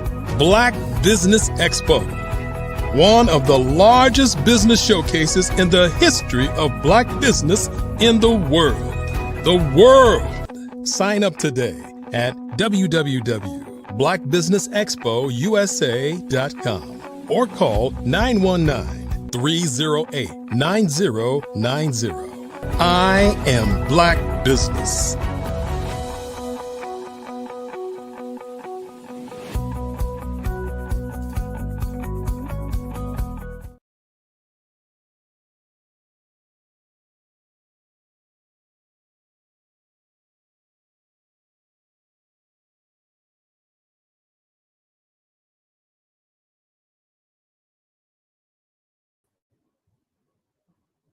Good day, business owners, entrepreneurs, thought leaders, and corporations. Welcome to the Black Business Network. My name is Sidney Wormsby. I'm the owner and founder of Uertis e Decus. It is a business growth practice, and I'm a business growth Imagineer. I'm also your business moderator for this session of the Black Business Network. The Black Business Network is a 24-hour business network showcasing Black businesses, business owners, entrepreneurs, and thought leaders worldwide. We have speakers from North Carolina, from London, from Singapore, Africa, Japan, and cities all over the United States. The Black Business Network is a global community sharing its business knowledge to empower, to inspire, and to educate businesses about business. Our next speaker for this session is Ms. Nancy Lewis. And just a little information about Ms. Lewis. She's a member of the National Speakers Association, a society for human resource management. She's an active in many communities and civic organizations within the metropolitan area, including being a co-founder of the organization Transforming Women into Entrepreneurs. It's a women's forum for entrepreneurs and professional business women, which has evolved with a yearly annual conference held every March. Ms. Lewis is a co-author of Real Women, Real Issues, Positive Collaborations for Business Success, author of the ebook Nancyisms, Nuggets of Wisdom for Life, which can be found on Kindle. She's the co-author of Sisters Together, Lessons Learned That Have Anchored Our Souls, a compilation of short stories from multicultural women sharing how they moved from adversity to victory. And she's also the author of Things to Do to Be a Better You and Be Intentional, 365 inspirational messages to live an intentional life. I want you to welcome to the program today, the session today, Miss Nancy Lewis. How are you? Good, good. How are you doing, Dr. Lewis? I'm doing wonderful. Good. On this Christmas Eve. Is it my volume or sounds like volume is a little bit low?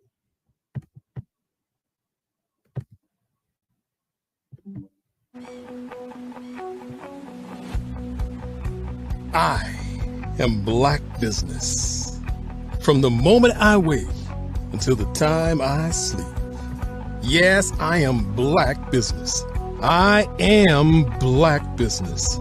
Tell me, are you Black Business? I am Black Business. Do you support Black businesses? Listen, I support Black business because I am Black Business.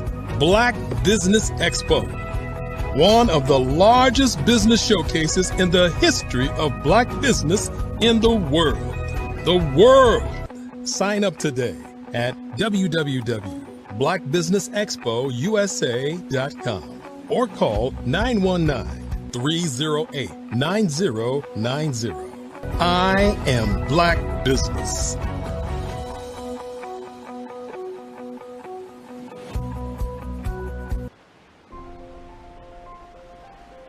What if you could build your own city?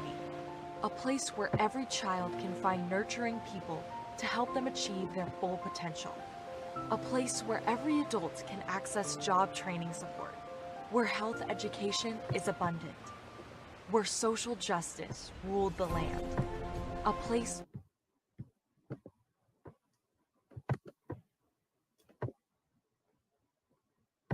Good day, business owners, entrepreneurs, thought leaders, and corporations. Welcome to the Black Business Network. My name is Sidney Wormsby, and I'm your business moderator for this session of the Black Business Network. The Black Business Network is a 24-hour business network showcasing Black businesses, business owners, entrepreneurs, and thought leaders worldwide. We have speakers from North Carolina, from London, from Singapore, from Africa, from Japan, and from cities all over the United States. The Black Business Network is a global community sharing its business knowledge to empower, inspire, and to educate businesses about business. Our next speaker for this session is Dr. Nancy Lewis. Dr. Lewis is a member of the National Speakers Association and the Society for Human Resource Management. She's an active in many community and civic organizations throughout metropolitan Atlanta. And she's also the co-founder of an organization called Transforming Women Entrepreneurs, a women's forum for entrepreneurs and professional women, which has grown each year through an annual conference held in March. She's an author of many, many books, a co-author of Real Women, Real Issues, Positive Collaborations for Business Success, the author of the ebook, Nancyisms, Nuggets of Wisdom for Life, which can be found on Kindle. She's a co-author of Sisters Together, Lessons Learned That Have Anchored Our Souls, a compilation of short stories from multicultural women, sharing how they moved from adversity to victory.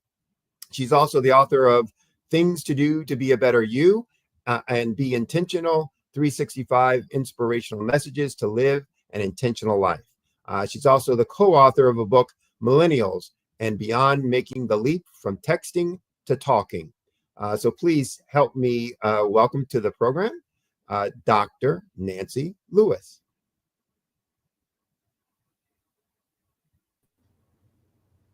How are you? Good, good. How are you doing, Dr. Lewis? Wonderful, wonderful. So it's like Groundhog Day, right? Deja vu. So you're in the ATL? I'm in the Metro Atlanta area. I live in Fayetteville, but nobody knows where Fayetteville is, so I just say Metro Atlanta. Okay. Everybody knows Atlanta. They don't know us. When you start getting to the suburbs area, sometimes they don't know where that is. Yeah, that's true. That's true. And so for people not from Georgia, Georgia is Atlanta, and Atlanta is Georgia. And you're right. Everything else, it's like, what? Where's that? Yeah, exactly. Just outside of Georgia. I mean, just outside Atlanta. Yeah, just outside. That is true. That is true. I used to live up in Atlanta, up in Roswell. Okay. And Roswell, they used to first call a suburb of Chattanooga because it was so far. But now Roswell is kind of almost city limits of Atlanta. Atlanta's spread out so much. Yes, I mean it's huge. Yeah. So talk a little bit about your journey. So you've written a ton of books with some phenomenal insights and information, and just by the titles alone, it'd be a wealth of information. But talk about your journey. Where did you start out, and how did you get to founding this organization, this forum, and then being a speaker, etc. Okay, well, I started out in my undergraduate degree is actually in healthcare. I actually started out in the healthcare arena, working as a medical technologist specialized in the study of blood, and I realized that was very very consistent. You do the same thing every day, so it wasn't a lot of variety in that. I realized it probably wasn't a good fit for me, although I have the background experience. So I did a lot of stuff in the healthcare arena for a while in terms of training and development. And then I also taught Dale Carnegie courses part-time for many years. And I was a professor at Georgia State. So I had a lot of different jobs on my journey, but I realized there was something that was missing. And so I had the opportunity when I was in HR working for an airline to actually get a 6-month contract to launch my business, Progressive Techniques Incorporated. And so I launched and left corporate. And I realized, when you leave your corporate job, you have to realize, okay, now it's real. You have to figure out how you're going to continue to generate revenue. So by halfway through the 6-month contract, which was a very nice contract, I realized if I don't get some clients, at the end of this, I'm going to have to go back to corporate. I'm like, I don't want to do that. So it was a wake up call. And I said, okay, I got to begin to really develop my network and begin to talk to people and really cultivate and strengthen my network. And so that's what I did. And 28 years later, I'm still out here. So I'm very thankful. Good. That's a great story. And I can relate to the, now what kind of feeling on that. So talk about, what the first, 6-month gig that you had and you're doing. What was it that inspired you specifically to do that? I mean, so why the topic, why the content that you had in that, and why step out at that time? Well, I have been praying, and because I worked in HR, and in HR is, I love HR, and I have a lot of respect for my HR professionals, but HR is problem centric every day, all day. Mm-hmm. People only come to see you in HR when there's a problem or issue or concern. So I was working at a time when there was lots of issues, lots of concerns. And because I grew up in the North, Indiana, was where I'm from originally, and I grew up as a direct child, so I was a direct adult. And so when people would ask me certain things, I would tell them the truth, knowing how to tell them that, but it wasn't always received because people wanted to do what they wanted to do. And because I didn't create the laws, but I was there to make sure we were in compliance with them. And so I realized it still wasn't meeting what I wanted. And so I began to look and see if there were contract opportunities out there on some of the job lines, some of the job boards I knew about. And so I saw this one that was like 6-month project with a major organization paying good money to travel in the Southeast. I'm like, oh, this is great. So I went to interview for it. So when I went for the interview, the gentleman says, so this would mean if we hire you as a facilitator to travel the Southeast, you would have to leave your job. I said, well, if you do that, that means that it's got to ordain. So if it doesn't, I'll just keep looking. And so they called me and I gave them my 2-week notice, and the rest we say is history. Good. So talk about what went through your mind when you're, getting ready to step out there, in the 6-month gig that you don't know what's after the 6 months. You just left something that was, sounded like it was, pretty stable and pretty big. Yeah. So, what was going through your mind that made you feel confident about, or maybe made you feel nervous about, making that decision, taking that step? Well, I would think I was really, I didn't think beyond the 6 months because I was just so excited that they selected me, because I was like, okay, this is obviously this is where I'm supposed to be, because when they interviewed me, they interviewed a lot of people.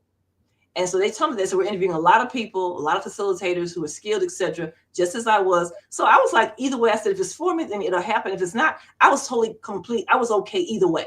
And so when they called me, I was so excited. I really didn't even think about after 6 months. I was just like, hey, I'm in. This is God ordained. Yay. I got it. I was like, I got it. And so it was halfway through, literally. So I was traveling, staying in nice hotels. It was really a very nice gig for 6 months, paying really good money. So I was like, and plus I know how to save money. So, you have to always be thinking about saving. And then, but it dawned on me literally halfway through, like one day I woke up like, oh, what happens when this ends? If you don't have some additional clients, that means you have to go back to corporate. I'm like, that was not exciting for me. So I'm like, okay, I've got to now begin to really become robust in how I'm looking for opportunities, developing networks. And that's when I really began to develop the power of networking, or I say relationship building. And leverage the skills that I had, because I had a lot of skills, I had a lot of certifications. So I had a lot I was bringing to the table. So I began to leverage all of that. Okay. Talk about that transition, and what was the most consistent from your corporate experience and your corporate life, and what was the most, changing, different, unique from what you had experienced in corporate life? Well, I think the fact that having worked, working as an HR professional where you deal with problems all the time, and sometimes you get calls after hours, you have issues you have to come in, the versatility, the variety of what I dealt with was amazing in HR. And that was consistent. The variety was consistent because you deal with issues from one extreme to the other. You can come in with your agenda and literally it's thrown out the window because you don't get to do any of that. And so the consistency in terms of all the benefits I had, I knew I was giving all that up because there were lots of perks and stuff working for the airline, but I was okay with that because I realized, okay, there was something bigger out there for me. There was something greater. And stepping into the entrepreneurial world, I realized I actually had control over my schedule, over my life. I could say I can do this. I didn't have to ask someone, can I take time off? Because there were times that I usually have to ask for time off and they would deny me because they said, we need you here. And so that was really, that's part of when you work with someone, they can do that. And so now I was in control in terms of I could determine, okay, if I want this week off, I can just say I'm not available. And so the flexibility that I still enjoy now, I love the fact that if I want to take off like time, I don't have to ask them. I just block out my calendar and take it off. So the freedom that comes with that is great. But you also have to realize that there are financial stuff you have to be thinking about as well. And I think many times when we step out, I thought about it, but I really didn't give it as much thought because I had some cushions and stuff. So it wasn't really an issue for me. But I realized that if you don't continue to make money in terms of an entrepreneur, then you're going to have to do something else, which means you might have to go back to a corporate job. Right. And so I just love the freedom. So I began to tap into all the things. One thing when I was working in the many jobs I had is that I got lots of certifications with lots of different assessments and things. I was developing my toolbox, which I tell people, when you work for an organization, whether it's private or public, work on building your toolbox of skill sets, because when you leave, you take those skills with you. Right. So all the tools I was getting and gathering and all the things I was getting behind my name, I knew it would leave with me when I left. And I began to launch that and leverage that as an entrepreneur. Good. Talk about the business aspect of it. So many folks, start like you have, they got a project going. It's taken off bigger than they thought. Now they're going to leave. And in your situation, you had to now create a business. What were some of the I don't want to say struggles, but what were some of the obstacles or difficulties that you encountered in the structure of setting up your own business, or were there any? There was some, because I think what happens is when you become an entrepreneur and you call people that say they're interested in what you do, you don't have the big name behind you anymore. Right. And so sometimes they're not as quickly to call you back. Right.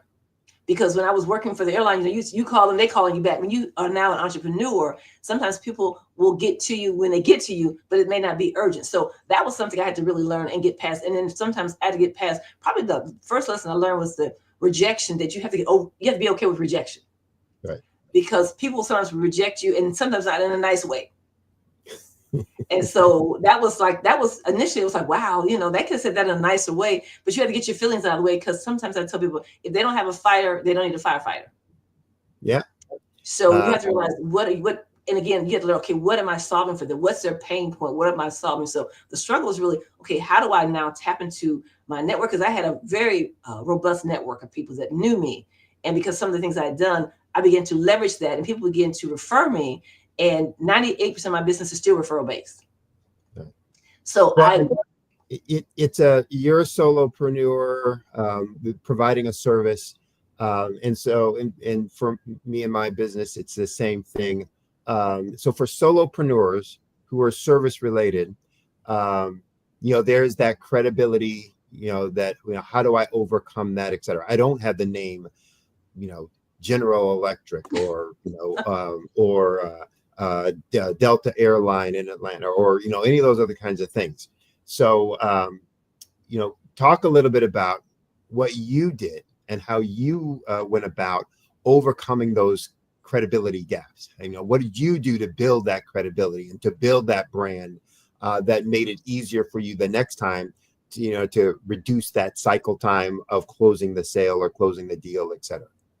Well, I began to launch and basically share with people that I taught Dale Carnegie courses for 13 years, part-time. Mm-hmm. Dale Carnegie is well known across the world.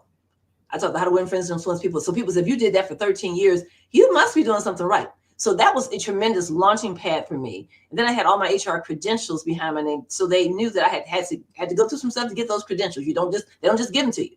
So I began to leverage those things. And because I had worked in HR, I knew a lot about some of the issues organizations have with people, because the process is always going to be the process, but your issues are always going to be around the people. And so I began to tell people how I could help them in their people issue side, because the people get it right and work better together. They don't have to be best friends, but I knew the fact that if they can learn how to work together with civility and respect, they're going to have better performance and better productivity. So I began to launch into leveraging my HR background, my training with Dale Carnegie, my professor. I've been a professor at Georgia State. I began to launch all the things, my assessment certifications I had. I began to put all that in so people could see, you bring a lot to the table. Yes, I do. Right. So that began the quest. So they began to, because of one man said he hired me because he said, if you taught Dale Carnegie, he said, that's enough for me. The credibility is there. So you have to use what you have been given, the skill sets, the talents you've been given, and the things that you have been certified in, and launch those. And people like those things, and they like acronyms behind your name. Right. So the struggle was real, but because I had a lot of background, I had a lot of things in my toolkit that I was able to pull out and leverage and use, which helped me to be able to get past some of the hurdles a lot of people sometimes face. Yep.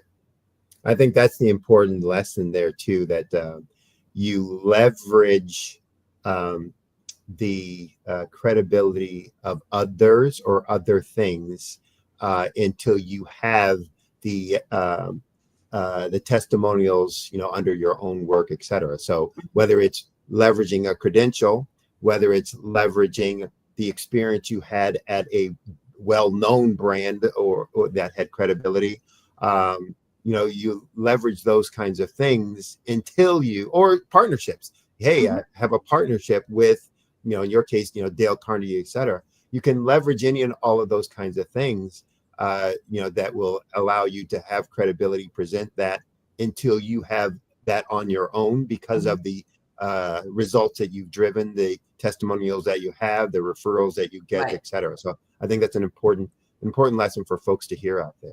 And then also I would add to Sydney, one thing I tell people, when I would work with clients and they were pleased with what I did, I would ask them to give me a testimonial. Quickly, I said, whether it's written, letter. At the beginning, people write you letters. Now it's on LinkedIn, different things. But you need people to be giving testimonies about your service and how you help them, because that's all a part of building and leveraging what you bring to the table.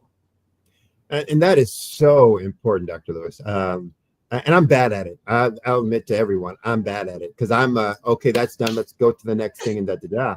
And then later on, I'm thinking, oh, I should have had them do, and now I got to go back and ask them, et cetera, et cetera. So, but it is so important for folks to get those, referrals, not referrals, but testimonials during the project. And before you're done with it, while it's still fresh in people's mind, while the energy and the passion that they have for what you've helped them achieve, is still there, while the details of all of that is there. And now, because of technology and whatever, having video of that is so powerful, to be able to, place that, post that on your sites, et cetera, et cetera. So, I can't support that enough in terms of the importance of that.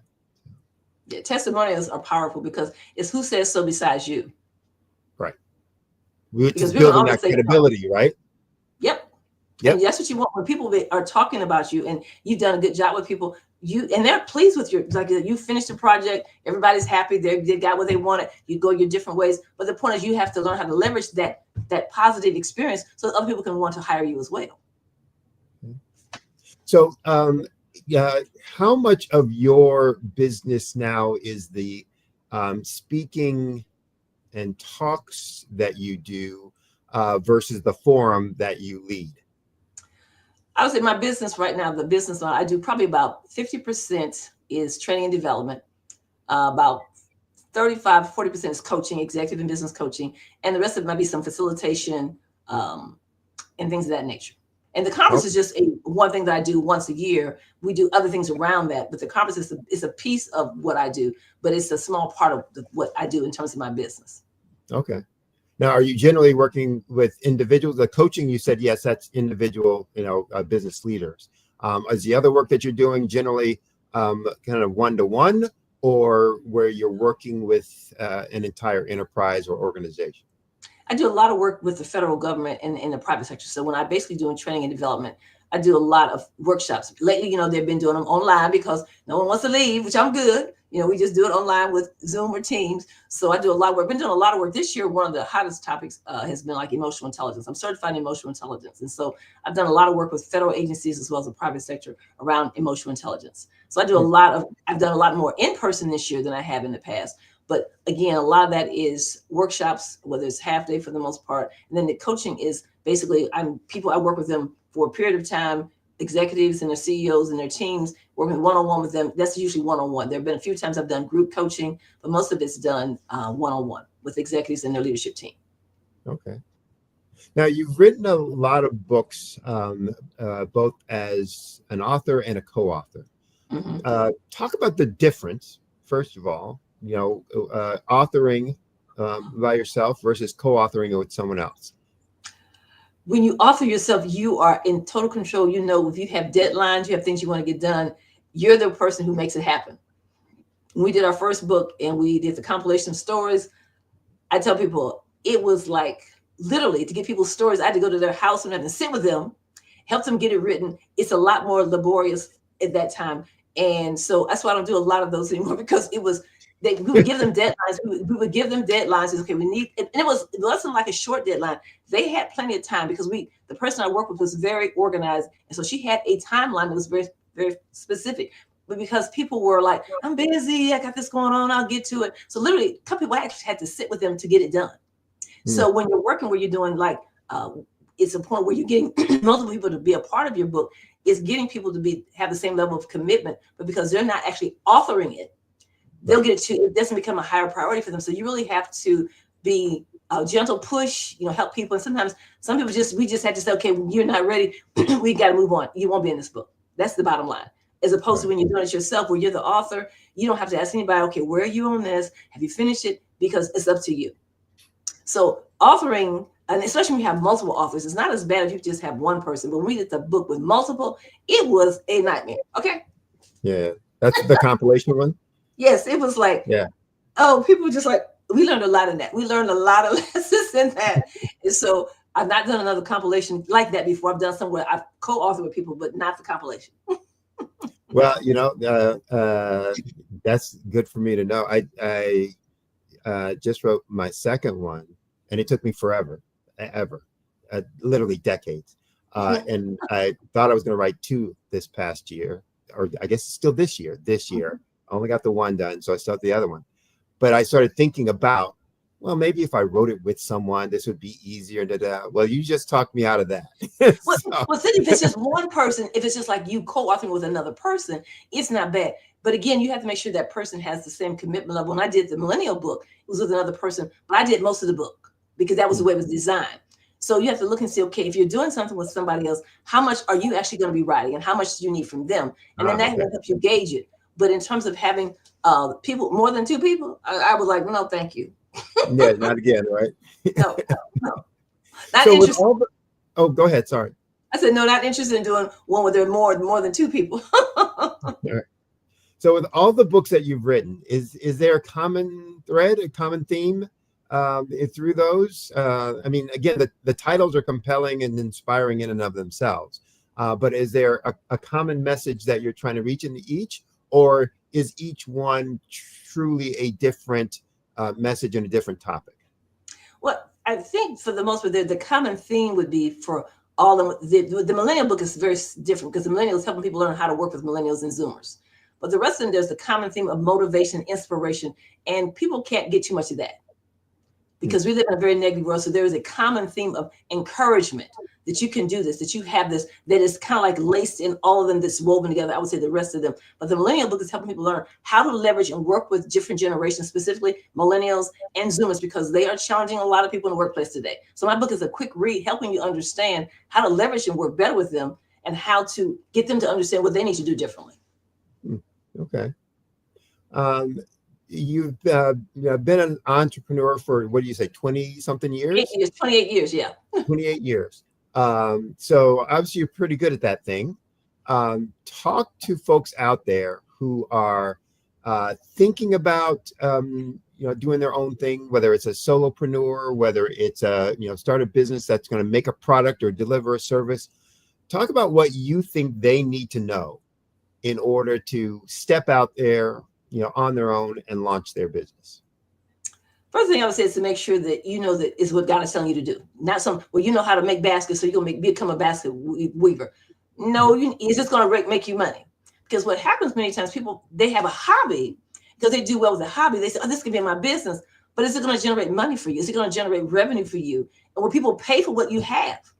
So you have to do some soul searching and say, okay, is what I need, is it filling a pain point? Is it filling something that's void out there in the marketplace right now? And if it's not, you may have to say, well, maybe I need to work on this a little bit longer. And to also have some resources, some revenue in the bank when you start your business. So that if things start off slow, you have a cash flow that you are not going to be out of your house. So that's important to make sure that you've thought about the financial end of it, because I think many times people have a great idea. They want to step out there, but then they don't have the financial resources. And all of a sudden, 6 months out there and nothing's really happened. And a lot of things can happen if you don't make any revenue in 6 months. So having that, but that being said, if you're going to step out there because, this is what you've been assigned to do, it's important. I tell people to have your own personal board of advisors, people who will be your champions to tell you you're on the right track. That's it. You got it. And those who will also be a critic and tell you, no, you don't probably want to do it that way. You don't want just yes people. You want people that will tell you the truth in love. And so I think that's important. And also the importance of really leveraging your network. Sometimes we don't leverage our network because we think our relatives don't know anybody. Sometimes your network is very close. People have access to people that you want to get to that we just discount. And I'd say the key point is that when you become an entrepreneur, you learn to walk by faith, because people will commit to saying, we got this project for you. It's going to start in February. It's going to be something on 6 months. We got XYZ. Then they'll tell you, well, we decided to move to September. You're like, okay, all right, okay. So you have to be prepared for those things. So you have to have money in the bank. And if you have to have faith, because every time people will commit to doing stuff, and it may happen, just may happen in your timeline. And the question is, can you survive in this window when it's not occurring? All right. I was going to ask this question, but you may have, answered in the last one. But in 28 years, what have you learned that you'd like to impart in the folks who are listening out here as well? So talk about the lessons that you've learned from being your own boss, from being an entrepreneur. Get out of your own way. Get out of your emotions, because when people reject you, it's not personal, since they don't need what you have. Mm-hmm. And I think that was the first thing I had to learn in terms of, I was just like, wow, I thought they wanted that, but it wasn't personal. Just what I was selling, they didn't need. Right. And then I also learned a lesson. One of the first lessons that I learned also that was kind of like a combination is that when I was working on the 6-month contract that I had a lot of my colleagues that I was talking to, I was telling about how wonderful it was. And then at the end, you're talking to your friends because, these are your HR people, these are your network people. So I'm sharing, hey, I realized that if I don't get some new clients at the end of this, I'm gonna be in a bad way. So they said to me, well, just get you another job. You skilled, you got qualifications, just go back to corporate. And I didn't want that. I didn't want to hear that. I wanted them to say, keep going, pursue your goals, live your dream. And I was like, okay. Then I realized if you're not an entrepreneur, you can't understand what it's like to be an entrepreneur.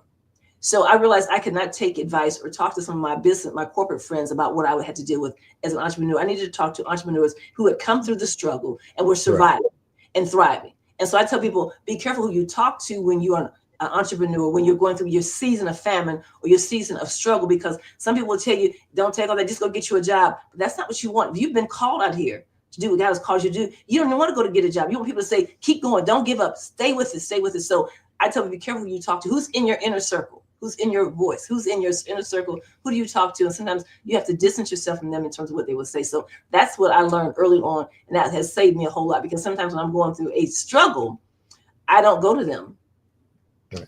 Because I realize I know what they're going to tell me. You're great. All the skills you got, you can get you a job, blah, blah, blah. I mean, people offer me jobs. I'm like, no, I'm not coming back to, I don't want to come back to corporate.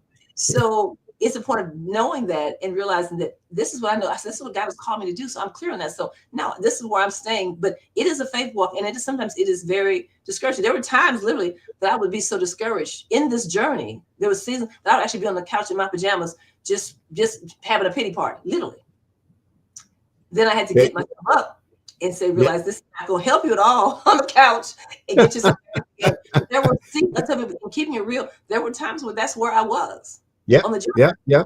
Where you're wondering if you're going to ever get another sale, right? Yeah, exactly. Well, how did I get here? Like, what's going on here? And you have your little pity party. You want people to join you.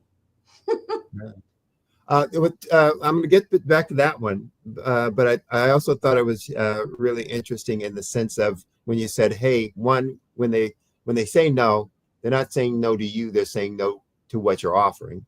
Mm-hmm. Meaning that it's not personal. But one of the things I find in a lot of my clients is, first of all, they think you ask them, who's your market? Who's your target market? Oh, everybody is. No, it isn't. Come on, stop. Everybody needs no, they don't. So don't believe. But that's a hole that people often fall in, that says, oh, everybody will want this and everybody will need that. Well, that's just not true. But the other thing I try and help them understand, from a buying process perspective, even those who need it and who want it and that it's good for, don't always need it, or meaning that they aren't always in a buying mode. So look, I eat every day, but I don't buy groceries every day. I buy groceries a certain time period. Right. So just because I'm eating and using it or needing it doesn't mean I'm going to buy it today. And we often, as entrepreneurs say, oh, well, if you're going to use it, you're going to always buy it, you're going to always need it. And therefore, I'm only looking for those folks who are going to buy it right now. No, you need to nurture those relationships so that when they get ready, to buy, you're top of mind, your first thought of their in their process. So. Cindy, I even add to that point is that there were a couple people I wanted to work with. You target specific companies, organizations that you really want to have on your client list. And so there's a couple of them I basically worked with, sending newsletters, sending articles that they might be interested in. Hey, how you doing? Just checking in. And literally it was like 2 years. This one man said, you have stayed with me for almost 2 years. He said, I have to find something for you to do in my organization. He said, because the consistency and how you continue to show up. And he says, you leave off exactly where we left off the last time. He said, he became a strong champion for me. He got me into some doors. He was a very strong champion. Same thing happened with another lady. But it was like roughly 2 years of the process of sending emails, sending newsletters, just checking in. How you doing? What's going on? Saw this, thought you might be interested. So people have to realize when you are going sometimes for certain organizations or relationships, it may not happen overnight, but you cultivate it, you nurture it. The point, if you stay top of their radar screen, when there's an opportunity, they will call you. Yep. You can't put the value of that individual, that organization, in whether they bought today or not. Exactly. And that's the point I think you're making, is that, look, you're building a relationship, you're cultivating a relationship where they get to know you, they get to understand you, they get to trust you, and therefore when they have a need, they're going to think of you first and give you an opportunity for that. And you've got to be okay with, everybody's not going to buy my stuff every day, every time I'm talking with them, et cetera, but they're still valuable. They're still important to me. They still have, there's still something I can do for them. And at some point, it'll pay off. And then you also have to realize sometimes maybe they don't have anything for right now, but who else in their network that they know can they make an introduction to help you get to know other people that you can talk to them. So I tell people, ask for the referrals, ask who else is in their network that they can refer you to, that could benefit from the services or whatever you provide. And many times that has opened up doors for me as well.